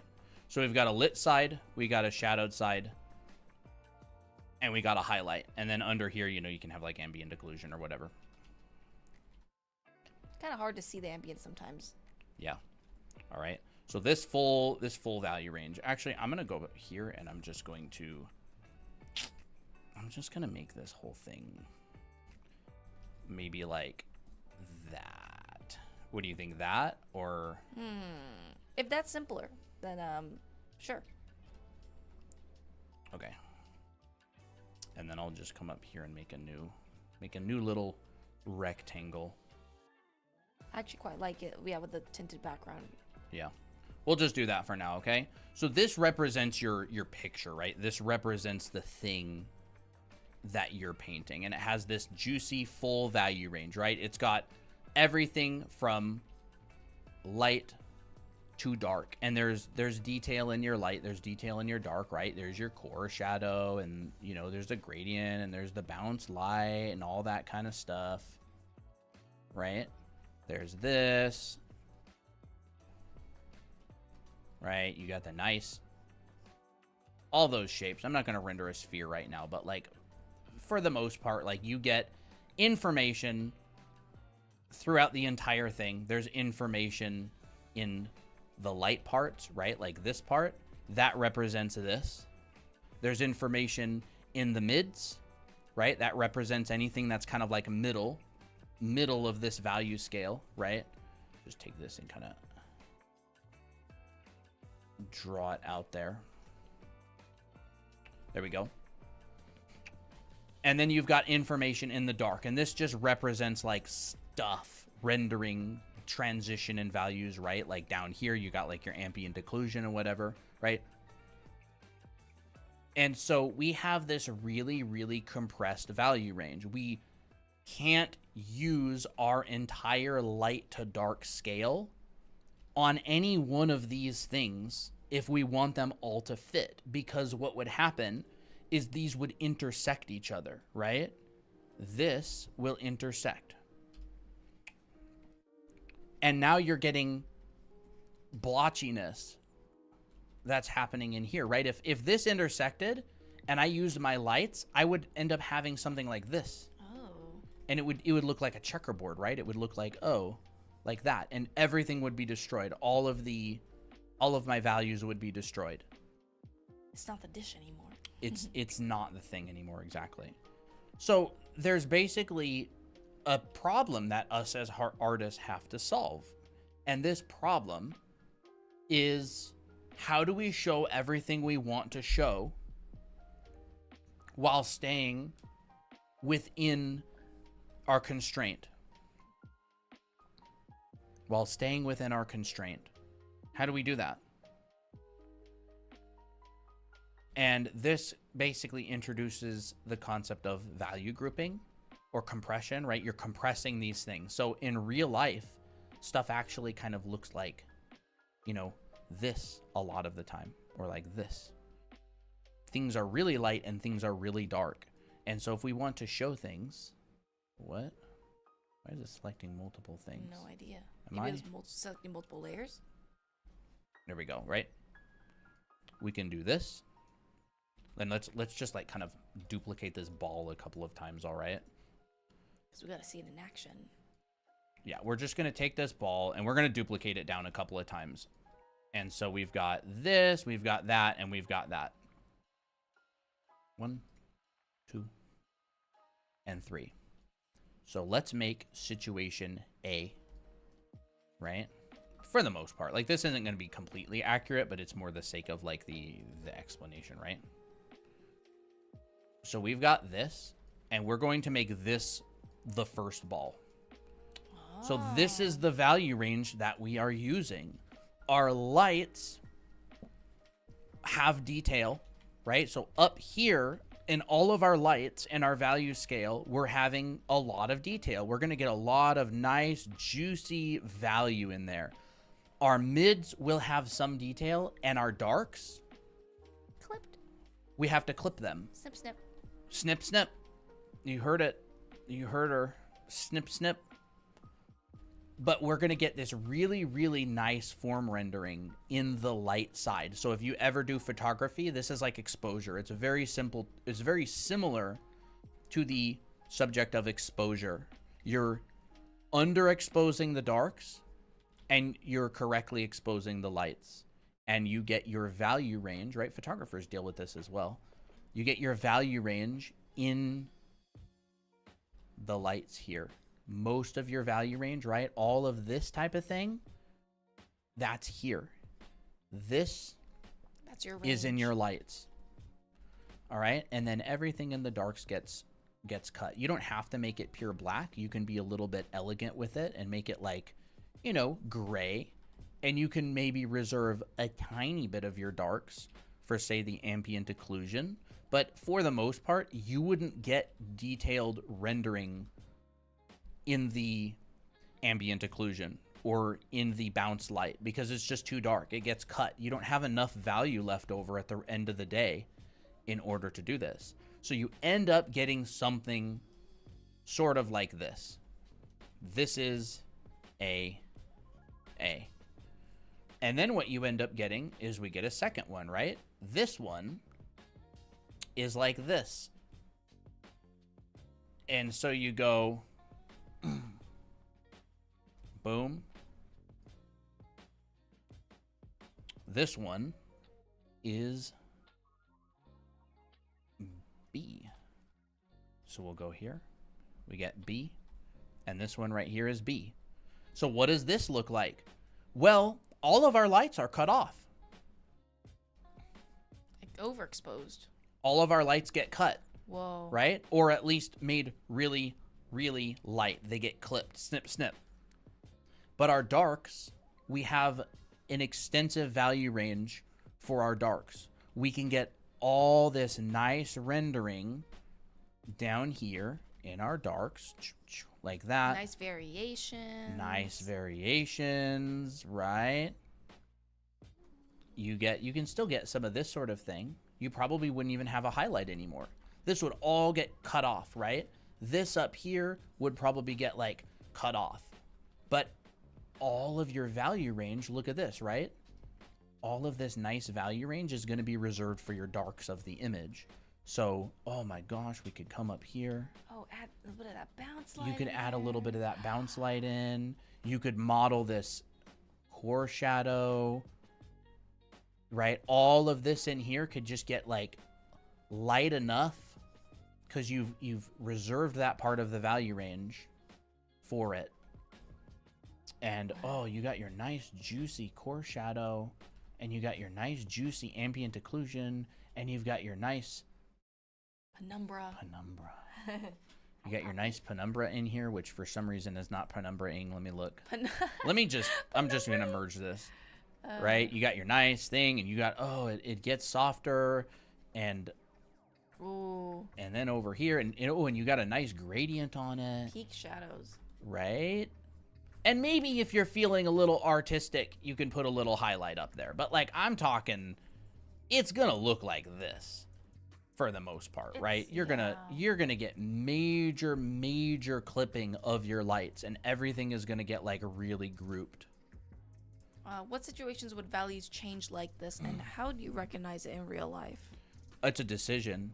You go, because you only have this much, right? You've only got your computer monitor from white to black, or if you're painting, your white paint, or the white of your canvas to your black paint. It's a very limited area. So this is a decision. This is like a conscious decision that you have to make in order to go from white to black. And the world is so much more contrasty than your canvas and your paint. So this is a conscious decision. This is like the idea of exposure. So what situations would a value change like this? In the situation that you decide it changes. Like, this is the concept, by the way, of low key, high key, and mid key as well. Like, this is keying it. Like, but photographers basically do this. You have to do it because you can only expose to, like, one light. Like, are you exposed to your light or your darks, unless you're doing like HDRI photography? But we don't really talk about that because that destroys all of your read. Well, there's no shadows anymore. Yeah, you get rid of all of your shadows, which turns everything like super ultra mega contrasty. Okay, and then so we've got this one. We have mapped our darks. We have used our darks. Our darks get most of our value range. Our lights up here. Whoops. Oh no, never mind. Up here, our lights get most of our value range. I don't think I've ever drawn an eye where I went up instead of down. Huh. I just went like that and draw an eye. Oh my. It feels like illegal. Okay. Illegal. But then there's this other thing that happens that we can do. We can actually do this. And if we're really careful, we can squish this and get the whole thing in. But look what happens. Look. I have to work within these sections. We're going to call this the yellow section, the orange section, and the red section. They are squished and they are isolated, and they're carefully broken apart from each other, right? This is like grouping your values, and this is an artistic thing. You could make the red the biggest one and the others squished. You could make, right? It's like, if I do this, I've reserved a little bit of white for the highlight, but most of my range is in the dark here. Okay, so anyways, we're going to take C and we're going to bring it down like that.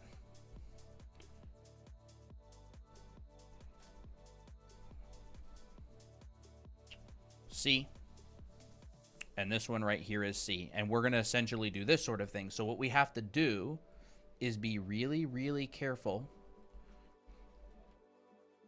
And what this ends up looking like a lot of the time is it feels like really kind of it feels like really almost like pastel-y, yeah. Floaty, pretty. And so if we want to get our entire value range, and I'm just going to do this fast. I'm not going to spend like hours modeling all this kind of stuff.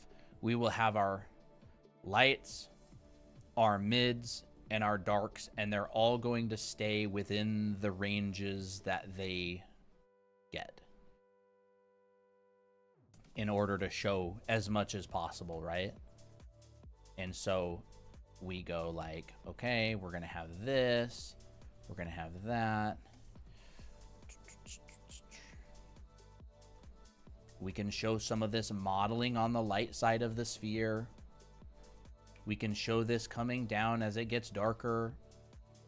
We can show that core shadow down here. We can show the highlight on the sphere. Here's this like lit side.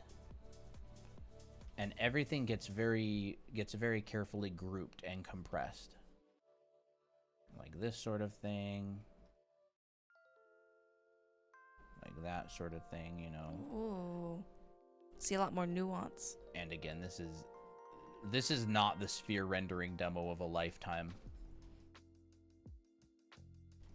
You know, we could get like a nice little gradient down here. We'll see a little bit of that bounce light. We'll see a bit of that core shadow. But everything essentially stays really low contrast. I find that it's easier for me to go like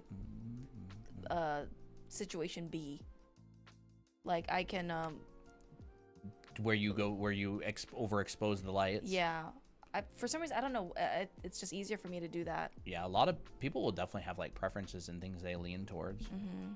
Maybe it's because I think of the lights as more something like graphical, and then everything else I just like, I fill it in. Right, and you get this, and there's lots of information like sphere rendering, but the problem with like the sphere rendering is like you usually don't see everything. Like a lot of the time you won't see everything. And so there's all these components to rendering a sphere. Right, there's all these components to a sphere, and it gets really dark, and then you can get a little bit of that fade. Right.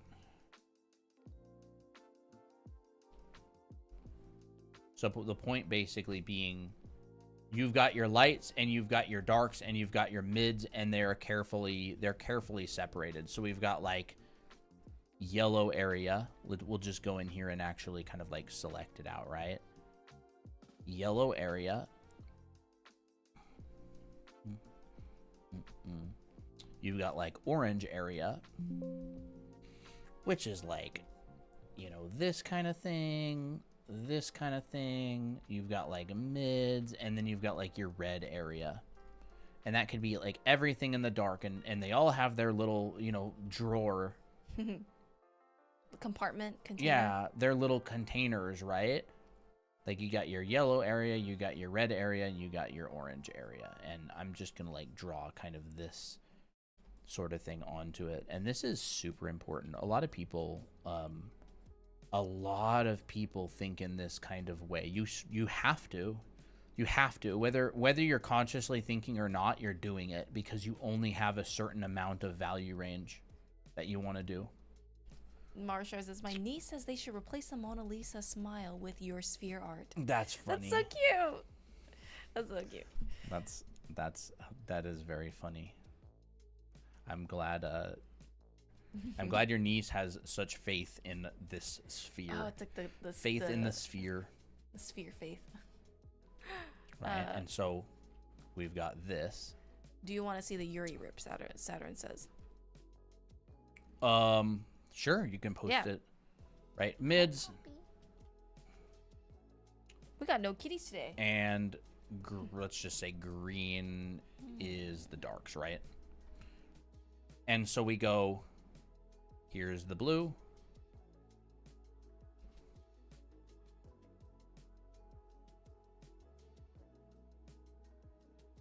Right, we'll just go like that. Actually, I'm just gonna like erase this line here because it doesn't make any sense. We'll pull this. We'll have the green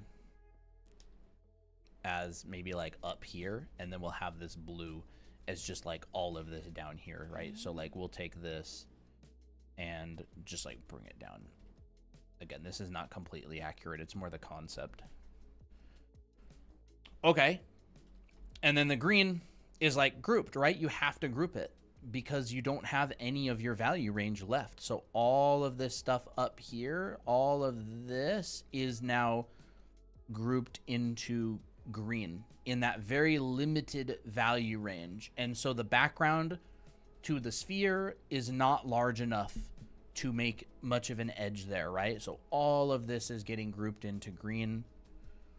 And then all of this is getting the majority of our value range in blue. And all of this down here, like that. And then this one up here is the opposite, right? We've got yellow.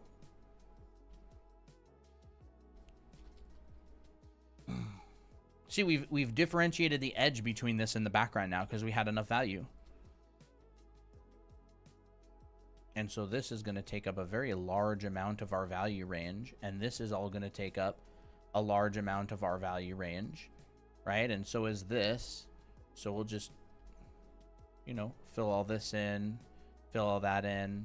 And then this one right here, our mids, we're getting like, you know, plenty of that. Wait, that's wrong. Sorry. I was looking at this one up here and I wasn't paying attention. I'm supposed to be looking at this one. I actually never color coded them. So we're going to take yellow and we're going to put it right there. Right. We'll take our yellow and we'll put it right there. And then we'll take our mids and what do we call this one? Maybe pink. Pinky. And we'll go there. Right. And then our darks are at the bottom and they're getting all clipped. So this more accurately would just have like the darks below this line. And they would all be grouped, right? So let's take that pink and we'll just go, you know, our dark, our mids, you know, back in there, right in here. And then our darks will make, I don't know, cyan or something. Cyan, huh? And these are all our darks and they're grouped, carefully grouped. And so like, you know, our darks are basically down there clipped off. And so we need to think whenever we're making a drawing or a painting, you cannot avoid making these decisions because you only ever have this value range right here. You cannot escape this. This is a permanent thing that cannot be escaped. You only ever have this value range. And until we're able to paint with, you know, black hole to the center of the sun, you will only ever have that value range in order to paint with. So like you have to compress. It's all compression. It's all grouping. Yeah. It has to be grouped. Like no artist can escape it. Everything is grouping. Everything is putting things in their place, right? Like the idea of noton is basically like, you know, balance of light and dark is like you make two buckets and all of your values, all of these complicated values, we've talked about this on stream before. So we've got like our light and our dark and all of the values that we have, we basically group them and we go light, you know, we put this one in the dark. We put this one in the light. And if we have one that's a medium, you can go, maybe this one, you know, maybe this one. And then it instantly becomes the dark. And then this one over here, we could do that. And then we maybe have a tone, but it's like a little bit lighter. And we go, we'll group it here. And then afterwards, once you've got your separation of light and dark, it's just a good way to paint in general. Then you make new buckets. And within the dark, you can allocate some of your tones in here and you can bring them into another one, right? Like this one right here, we got our bucket. And we can go, Light too. Yeah, light too. And you can adjust and modify these things. Do all values and shadows belong in the dark? Not necessarily. What if you have a white shirt and it's in shadow and it's next to black hair in the light? Right? Not necessarily. Generally speaking, a lot of the time, yeah, but not all the time. Sometimes, and I think Yuming Lee does this very well. Yuming art. Not necessarily, right? Like, look at this piece, for example. This is a good example. Oh, that's a nice crop. That's a very nice crop.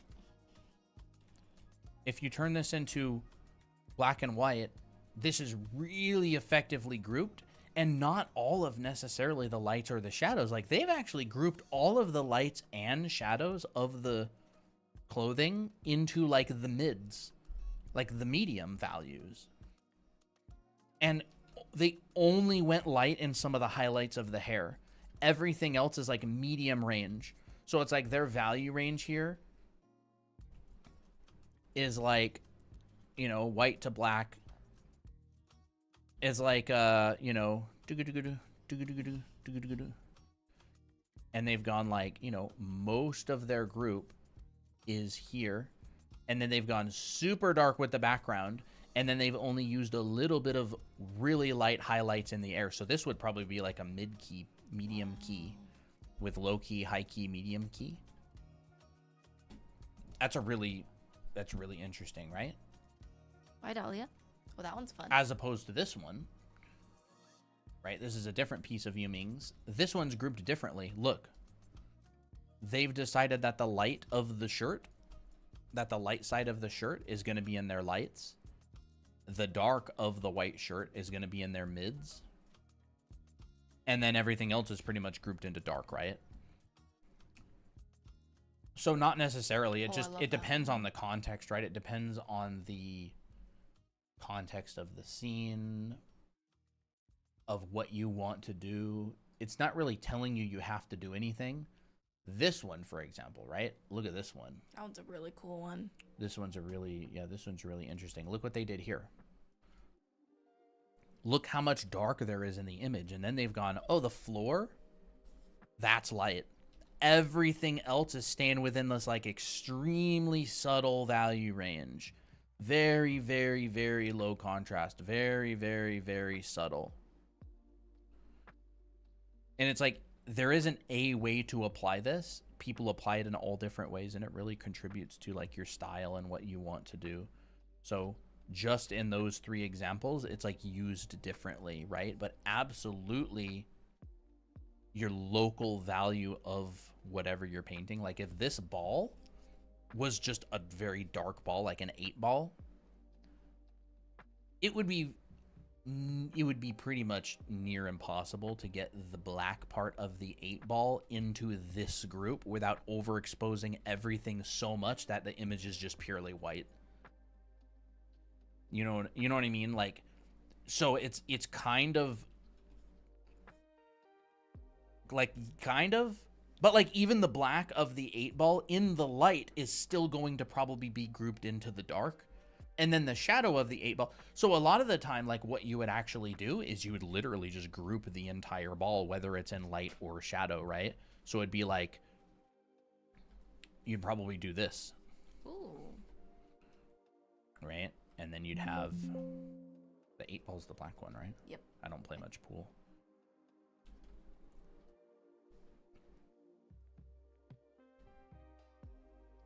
You could do that. And even the 8 ball in the light is not dark enough. But maybe you could come in here and go,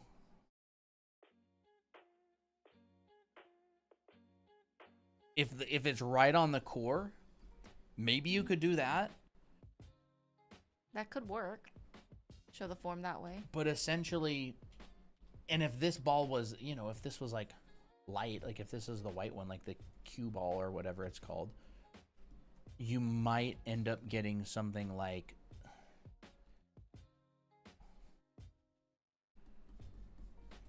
this sort of thing. So yeah, you definitely want to consider the local value of the object itself. That will be a massive factor. Like that piece that Yuming did, right? This one right here. He was only able to achieve this because they're all wearing dark clothes. If these people were all wearing white robes, the read would be completely different. He could have all the compositional elements in the same place, but because their robes are very, very dark.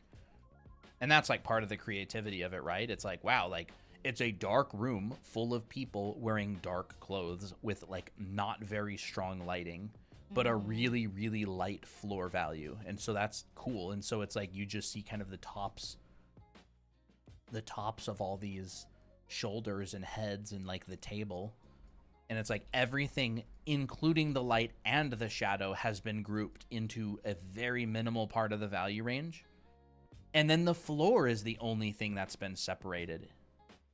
And that's part of the creativity of it, right? That's why it's so interesting. That's why it's such a cool piece, is because it's like creative solutions that aren't obvious. Yeah. And I this is really like that piece. this is where a lot of the time, like, beginner solutions really just fall flat, because like a lot of the times, like, beginners will do the most obvious solutions, right? Like, imagine if someone posted this in a Discord server and asked for a critique and a bunch of beginners critiqued it. They would go, oh my gosh, you gotta, like, you gotta separate this out, right? Like, oh, use a soft brush and go in here. And it's like, oh my gosh, you gotta separate that guy. Oh yeah, that's better. Now we can see him. Right? They go, oh, you got to do this sort of thing. Oh, now we can see him. But it's like, it misses the point, right? That's not the point of this image. Because it's like, everything is contextual and everything is based on like what you want to do, like what the story is, what the intention of the image is. So like, you know, I would literally like challenge people to do that. Like, go into like an art Discord server and post like a really high level artist stuff in the channel, in the critique channel, and go, can I get a critique on this? Like, just watch the wild answers you'll get. Like, I think I think this character, you know, he needs his feet showing in the shot. Right? It's like, that's what I used to think too. The thing that makes this image cool is the fact that it uses unconventional solutions to problems, and it's done really well in an interesting and cool way. Like, if this shot was in a movie in like Star Wars or something, you'd be like, bro, that's a sick shot. Like, that's cool. Mm-hmm. You know, that's my thoughts on it. So it's just like, be careful of like generic beginner solutions or advice. Like, get rid of this tangent. Tangents, you know, flatten things and make an unsettling feeling. If you want things flat and unsettling, use a tangent. It's a good solution for it. They use it in movies all the time. Like, look at like the symmetry that Kubrick uses in his movies. Ooh. Right? Like, look at like The Shining and like the symmetry used in there. It's a perfect solution. You post, you know, Kubrick's compositions, and everybody will be like, oh my gosh, rule of thirds, a red alert. So it's like, you know. But anyways, that's that value kind of grouping contrast concept, all right? Do I have my 8-ball? Hopefully. There we go. We'll just leave that there for now. This is like absolutely one of the lessons that I wish I had when I was a beginner. So important. So important. And most people learn this through either real experience, like just observation, or they get taught from their teacher, or they hear about it somewhere, or, you know, like most artists, of course you have to practice a lot, but, you know, and simultaneous contrast of color. I'll briefly touch on that because I'm kind of tired. Yeah, kind of tired too. Simultaneous contrast is basically when you have two colors and they are very different in hue, but they are not very different in value. That is simultaneous contrast of color. So, for example, I could render a sphere using color instead of value, and if I turn this black and white, it is just gray. Wow. And so, again, Yu Ming, and Nathan Fowkes uses this a lot as well, but Yu Ming specifically uses this, in my opinion, to really great effect. Oh, I love that piece. He will use it to show different planes without breaking the value group. So, for example, the whole shadow side of this face right here is a value group. All of this, right? Obviously has like light hitting that, but like this whole shape is one value group. But he will use color in order to show plane changes, in order to save from using values, right? There is blue. So he shows form change using color. And what would it look like if you painted that with a different value? Probably not as good. I don't know. Yeah. You know, like it would, if it was the right shape, it would still be cool. Yeah.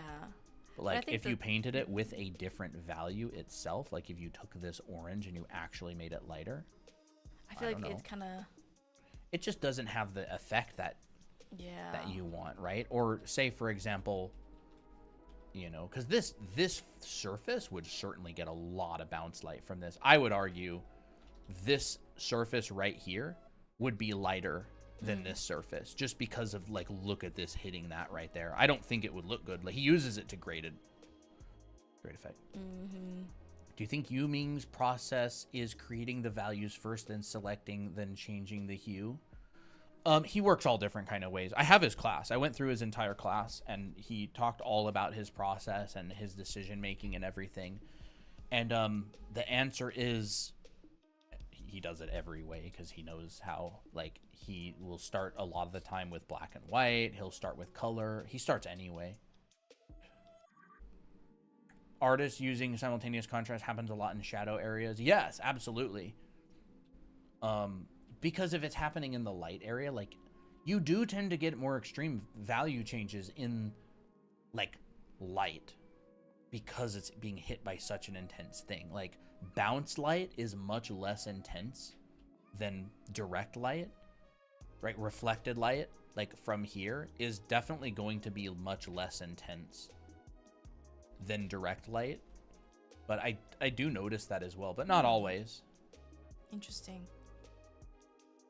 People use simultaneous contrast and underpainting. Like they'll pick like a really bold orange, and then they'll paint like a cool environment, and the bold orange is the same value as like the neutral, like the middle value of the cools, and it'll like vibrate. There'll be this vibration. That's how Nathan Fawkes does it a lot. Specks of that color coming through, and it's very vibrant.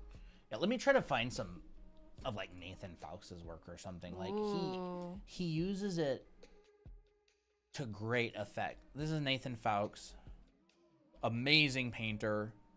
He teaches this in his work, but like you can see he's using it a lot. Like in here, this is all just one value. He's got a lot of colors in there, right? You can use it in like some of these types of areas.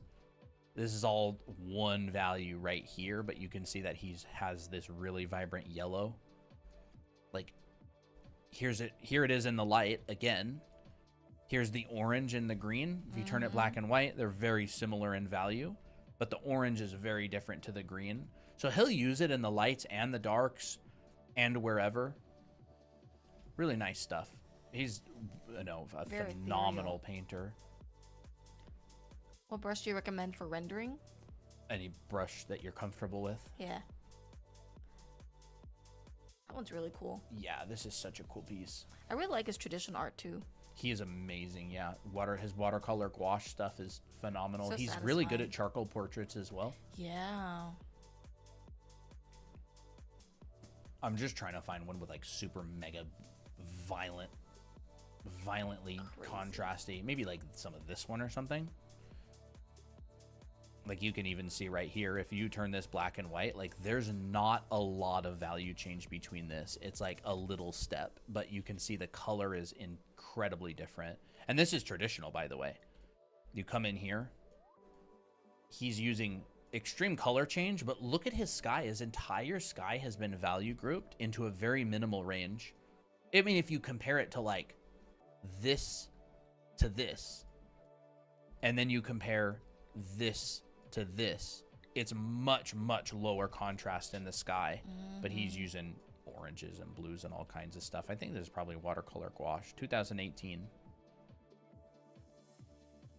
Some people use the heck out of it, other people don't use it very much. It's just, you know, personal, what people like doing.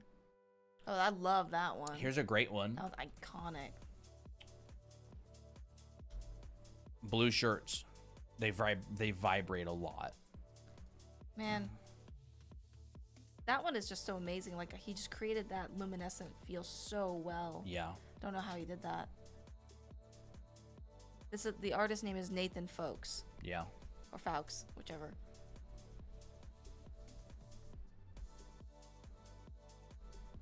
This is the artist's name. So he uses this a lot.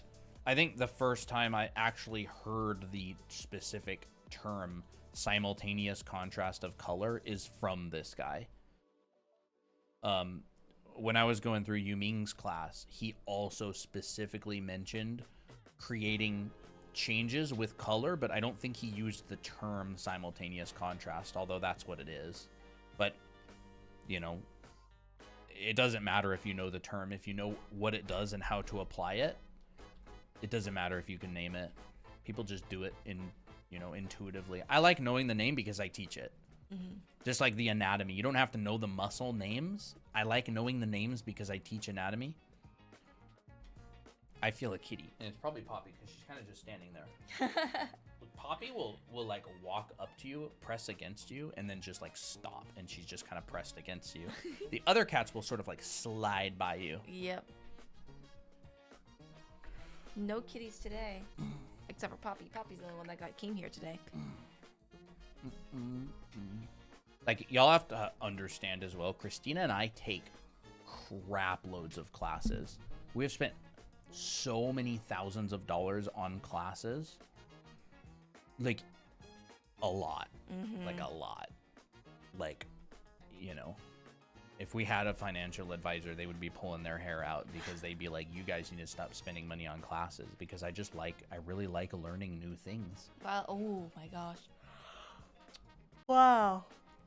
Look at that. There's simultaneous contrast really heavily with those birds. And then we take all of our favorite stuff and we teach them in our own way. We combine, we mix and match, we find new ways to explain them, and then we teach them in our classes. Yeah, we teach it for free. I mean, I didn't even think about that. I was just thinking of our anime art school. But yeah, like, again, Christine and I have said in the past, we don't gatekeep anything. Mm-hmm. I am not interested in gatekeeping or holding back any sort of information at all. It's just, if you get our paid classes, it's like extremely organized with a very linear process, and you get homework assignments, because the homework and the practice is actually what gets you good at art. Mm-hmm. And then we teach everything for free on streams. But like, I mean, I'm not going to be doing a 2.5 hour long rendering demo on stream, because like, it's not good for engagement. But that's the sort of thing that I would do in classes. Like, if this was in a class, I still would probably render this pretty crappy, because like, it's not the rendering that matters. It's like the principle. The concept. This is wildly simultaneous contrast in here. And it creates a vibration. Is that so pretty? Is that from Rio? That looks like it is from Rio. It's probably from Rio. Nathan Fowkes at Comic-Con. Yeah, Nathan Fowkes goes to like Comic-Con. He goes to Lightbox. He wears an eye patch. He's super cool. An eye patch? I wonder what happened to his eye. I don't know how he lost his eye. The man can paint. I would love to bring him on. I wonder for, how like, he paints interview. with one eye, or like draws with one eye. Like, doesn't that like cook your depth perception in a way? Drawing is shapes. That's true, actually. Yes. Bro, his work is so good. But yeah, anyways, that's kind of our. That's our spiel. That's our spiel.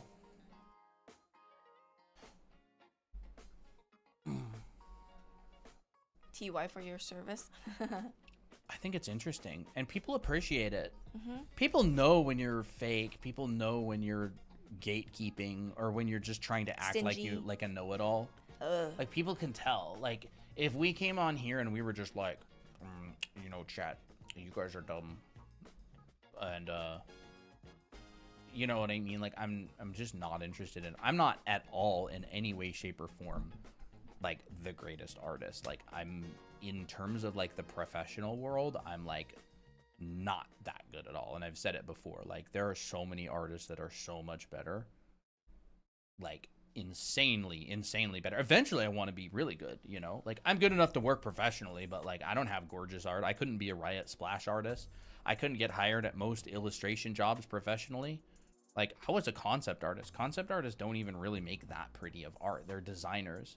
So I didn't even start doing figure drawing until like 2020, like 5 years ago. And so eventually I'd like to get to that point. But until then, I'm just going to teach every single thing that I learn along the way for free online. Because I don't think giving away information, you know, makes the world a worse place at all. Well, I don't think our job is information. Like, our job is like structure. You know, like that's what we provide. Like, yeah, you can definitely find this information everywhere else. Yeah. Anywhere else, like not just from us. Information overload is the world that we live in. It's like having a place that organizes the information and tells you in which order to learn things and what order to practice assignments. Like, that's what makes you a lot better at art. Like, it's good to learn all this stuff, but like if you want to be able to apply it, you got to do assignments, you got to do actual paintings, still lifes, all that kind of stuff. I don't think there's secrets. I'm glad you feel that way. Feel like you constantly dump ancient secrets super casually. Nah, they're not. Like, they're all out. Everybody's taught them. I've learned them from people who teach them. It's generally esoteric for beginners or like amateur, because I mean, for one thing, like they're just not aware of it. Don't have enough. They haven't been around long enough to hear all of it. Yeah, I never heard of it until I took classes. Yeah, but like occasionally, you know, you'll get chatters who have spent 600 hours watching YouTube videos from every amazing artist, and they know all of this stuff, but then you go look at like their Instagram, they can't do any of it. They look like an absolute beginner. And it's because like you can learn this stuff and it's great information, but like if you want to learn how to apply it, there's no other way other than practicing. You know, and not like throwing shade at anybody. I'm just saying, like, you can learn a lot of crap and not be able to do it. Well, it's like book smart. And then there's people out there who literally can't put words to any of this stuff, but they can do all of it because they have done so much art. That's how like David is. He just draws so much. He's insanely good. Insanely good. David, I'll show you his. He agreed to come on an interview sometime. Oh. He's one of the main artists on World of Warcraft.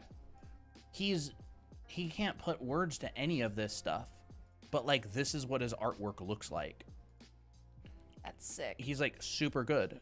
Incredible design sense, incredible line work. Wow. He uploaded a ton of art from his time on World of Warcraft recently, and like, oh my gosh, look at the sheer volume of stuff that's here. These are like insanely detailed full environments. He just has page after page after page after page of these.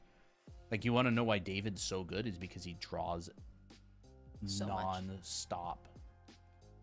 Just constant. He has a sweat. Like a practice but he loves sweat. it too. Maybe not in the mind as a sweat, but he practices as much as a sweat. Oh, that's so cool. This is a bunch of World of Warcraft stuff. And this is like one of the projects he worked on. Most concept art, by the way, never gets released because it's all NDA. So if he's released this much stuff, you get like 10% of your stuff or less released. This is just his own personal artwork. If that's 10% of his work, imagine how much he's drawn.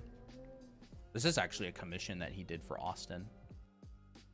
Oh. This is for another one of my friends, actually, Austin Batchelor. He runs a D&D. And the funny thing is, this piece. It's like something he'd do for fun. Look at this. This right here is a demo that David did when I interviewed him on my old YouTube channel. He drew this in 5 hours. Yeah. Art. I'm not going to say it. You look up the old interview with David. Oh, here it is. Oh. Art Quest, episode 7, David Noren. Here it is. Here's me. Here's Burin, my friend. This is the old YouTube channel I used to run. And David did this entire drawing from start to finish on a live stream. We were live for like 5 hours and 15 minutes. You can see there's the piece. And he just like stuck it in the back. He flipped it and stuck it in the back of this piece just like to add content, I guess. But this is a design he was hired to do by another friend of mine. And then I later found out they knew each other. I was like, what? You know David? That's so funny. Maybe he's like, what? You know David? There's a lot. These are just classmates of mine. I don't know. But the art industry, like, It's kind of small. It's pretty small. It's pretty small. Same for other skills too. Absolutely. Yeah, you can't get better at anything without practicing, you know? Sorry. You can't get better at anything without practicing. You can learn a lot about a subject, but you won't really get better at it without practicing. Well, the practicing is just like connecting it with your mind and your physical, like, body, I guess. You mean... And then I'll just go and take this and move it. I don't know. Move it down here. And then I probably should have grabbed this as well. That's Yu Ming. That's Nathan Fowkes. This is simultaneous contrast of color. And yeah, we had a crazy... No gorgeous demos today, but it was pretty beefy. Pretty lecture heavy. Pretty lecture heavy, yeah. But, you know, I think it's nice to have streams like this, you know. It is. I enjoy it a lot, and I hope Chad enjoys it. And if you want to learn this stuff and actually get those structured assignments and homework, and you want all this information organized in just like a click the next video, click the next video, click the next video, do the homework assignment, we have this in our anime art school. It's the same information. It's just a lot more organized. It's a lot more, yeah, like we plan the lessons more. We do all that kind of stuff. Stream's kind of chaotic sometimes. And there's actually assignments. They're like 14-week long classes, right? We go through the process, especially when it comes to figure drawing. Like, art is so process oriented that we kind of jump around a lot on stream. I didn't talk about any like perspective or how to construct any of this stuff today. Like, that is literally the first step to all of this stuff. I didn't talk about design. We didn't talk about, you know, dynamic versus static, any of that stuff that like comes before this stuff. We didn't talk about any of that today. That's all in the classes. So if you're interested, there's a 25% off code. Yep, using Friday 25. And that's honestly how we do what we do, by the way. So you know, your best possible way to support us is through Anime Art School. Yep. I did a little June thing here. I actually quite like it. Trying to get that concept in with the clipping. I clipped the lights. It works so well, and since the shapes are the most important thing, that's why it works. I like these kind of portraits. They're so fun. Thanks, Gizmo. I think finding shapes in like the lights and all that stuff is also like, oh, it's satisfying. It's like, oh, that's just the right perfect shape for this area. Yeah. And honestly, it's actually pretty flexible. Yeah. Because it's like, you can always kind of go back and ask the question, who's to say she's not on snow? Who's to say the light's not just a little bit further here? Who's to say the cheek doesn't come out a little bit more? You know what I mean? Like, there's so much wiggle room in art. Like, there's so much fudging it and flexibility. But like, without that foundation, very difficult to do. You're like guessing in the dark. Yeah. Foundation gives you the flexibility to have like really, really creative freedom, like a lot of creative freedom. By the way, what? Yeah, I think just the concept of fundamentals, like stifling creativity, is actually literally the opposite. Not true. In fact, I think if you don't know any fundamentals, it stifles your creativity even more. Yeah. It's like being well versed in stuff. It's like, who do you think can make more creative food? A professional chef who knows all of the cooking styles, or a beginner who's never cooked a meal? Yeah. Like, who is more creative with food and taste? Who do you think has a more likely chance to make a dish that tastes amazing? The pro chef. By the way, yes, we got Secret Santa. Don't forget about that. So there's an event we run in our Discord server on during Christmas time, and the signups are open right now for Secret Santa. You can go join. It's totally free to join. There's an event that's going to be going on the 23rd of December. You go to the announcement channel in our Discord server and you hit that link and you go sign up on the page. You will be drawing someone else's original character, and someone will be drawing yours. And on the 23rd of December, there's a big, long live stream where everybody has fun and we show all of the art and have a big party. I'm so excited for that. It's so fun. It's so There were fun. 91 people who joined Secret Santa last year. The last time I checked, there were 62. Yeah, in just 2 days. 62 people who joined Secret Santa so far. And signups are open until the end of day Monday. So we're going to be talking about that all week. I forgot to talk about it today so far. But go sign up if you haven't. It's really fun. You'll have weeks to make the artwork for your Gift. victim. I don't know. Target. And Target. we go over all of the work live. So you'll have your work shown live on stream. Everybody praises it. And it's really fun. It's super, supportive and a fun thing. Awesome, Pearl. Saturn's drawing is cute. Ooh. Not sure if you're looking for people to draw the OCs of people who didn't end up getting their gift. If you're for people who like drop out and stuff. Eventually we will be finding some people. Every year there's like a couple of people who will drop out. Last year, actually, the people who dropped out were each other's targets. Yeah, that was interesting. They were drawing each other's characters and they both dropped out. Yeah. And then one of the people was like upset that they didn't get their character drawn, even though they backed dropped out, and didn't draw someone else's character. But whatever, it ended up perfect anyways.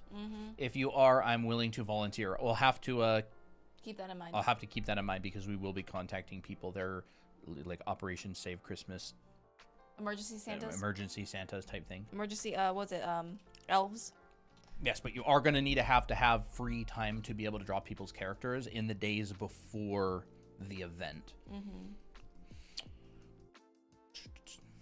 What's up? Saturn's drawing is cute. Oh, that's cute. That's actually really cute.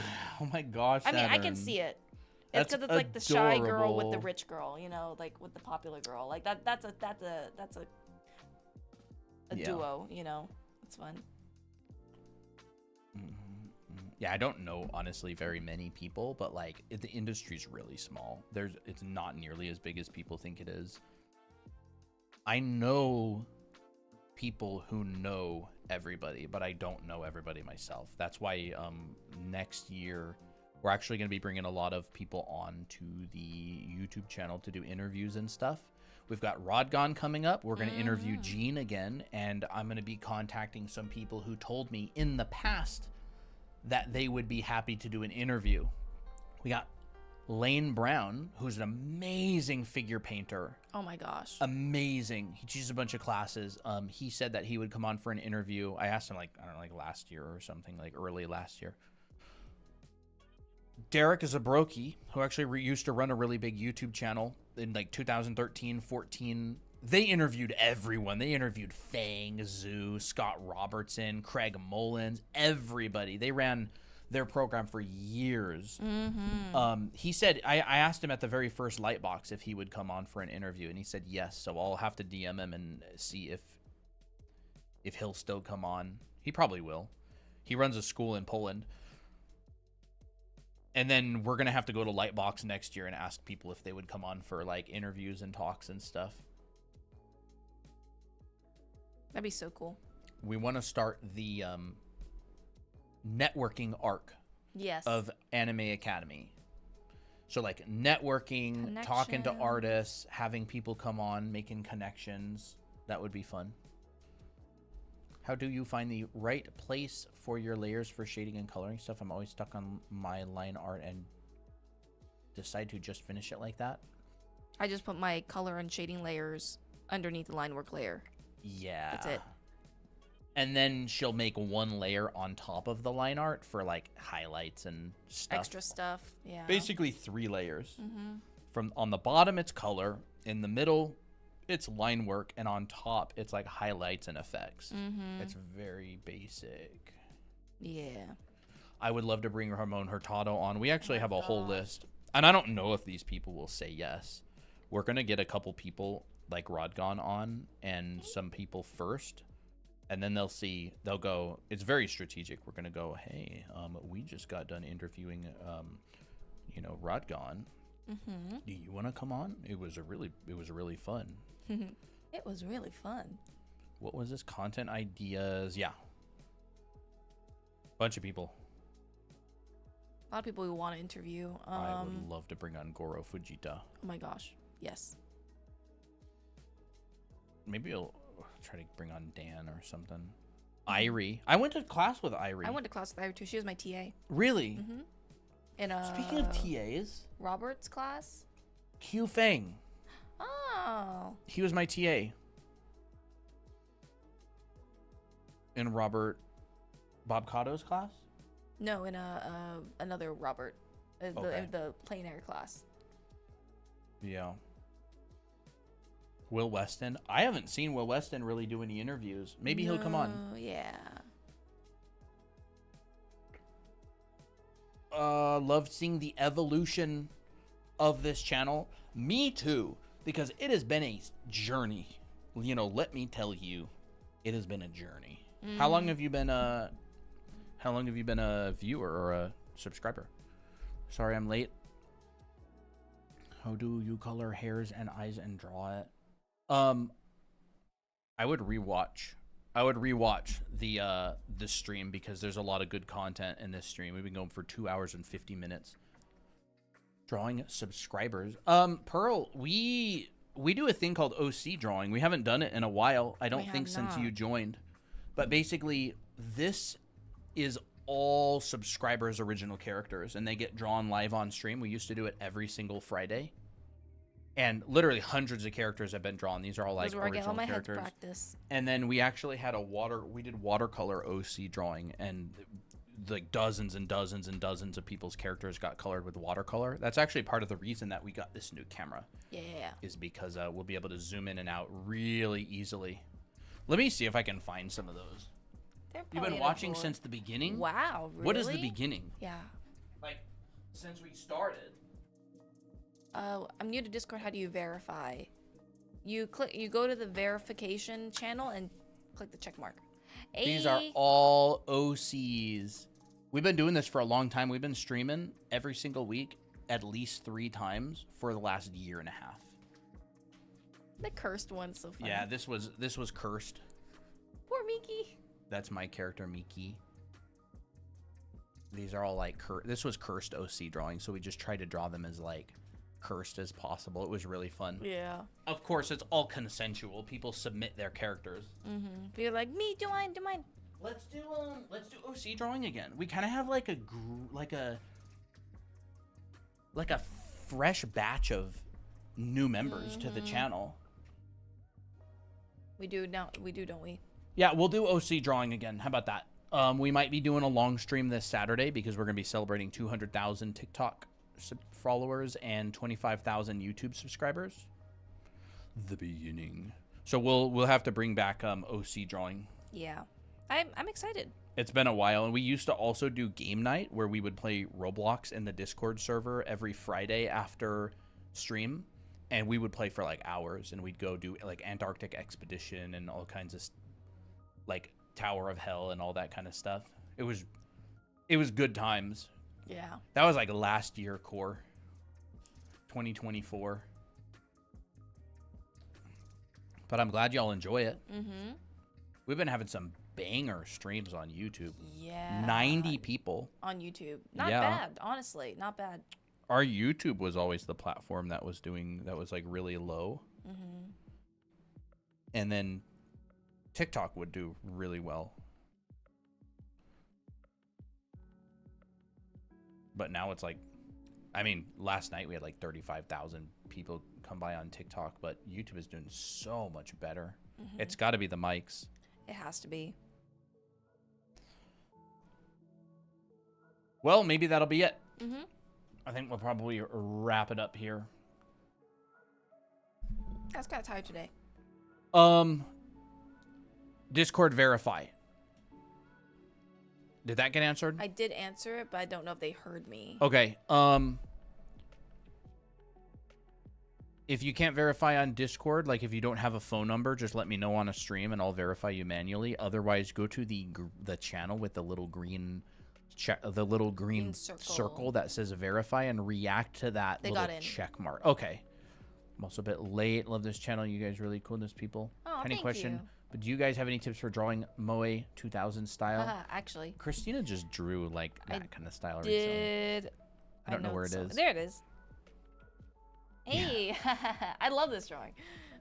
There's Miko. I don't exactly know how I did it, but Like, I mean, I look at like how they separate the hair. yeah. I look at like, okay, what's the hair texture like? How do they usually draw that? How do they draw their highlights? What's the size of the eyes? What's the size of the cranium? How small is the mouth? What are the proportions? Like, really be analytical about it. Yeah, and I also drew like 2 more.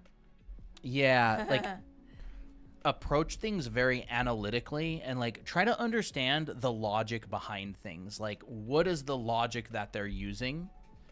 Like, are the eyes big? Is the cranium a certain size? Like, pay maybe a little bit not very much attention to like the flashy bits, but more of like the core components that make something what it is.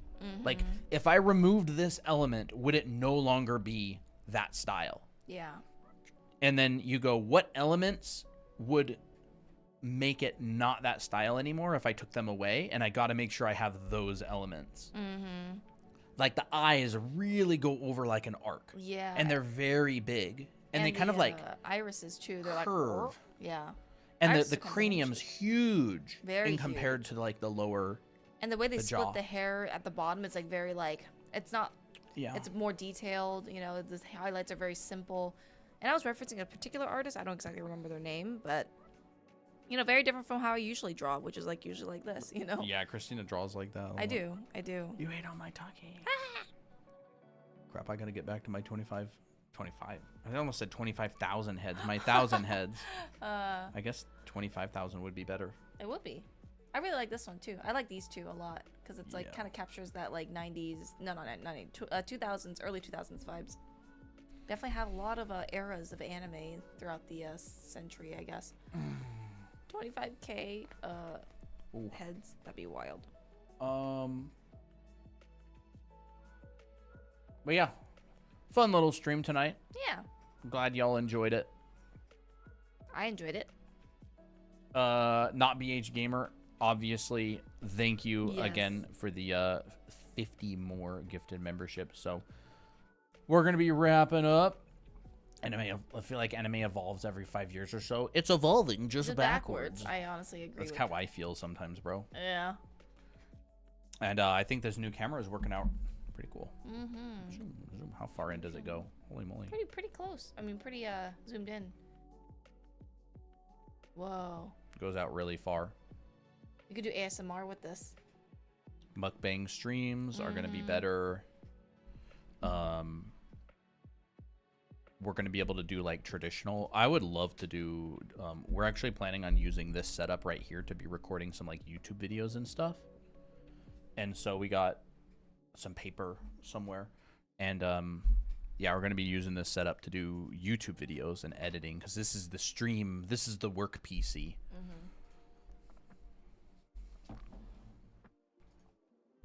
That's fun. Yeah.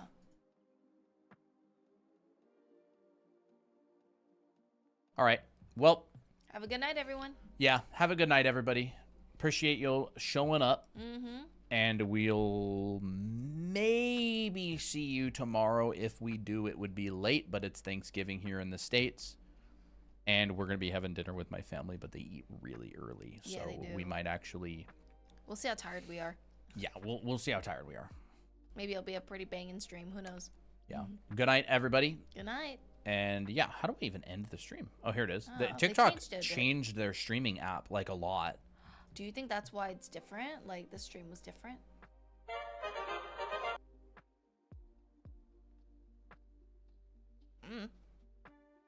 That was loud. Drag to reorder sound effects. Wow, TikTok added a bunch of sound effects. Wow. That's crazy, bro. Is that loud? Gotta be kind of loud, right? Ooh. All right. Good night, everybody. See you tomorrow. Hey, Chips. You kind of missed the stream. We're heading out. Yeah. But you can rewind it. So, bye-bye. See ya. And bye-bye, YouTube. We'll talk to you later. Bye.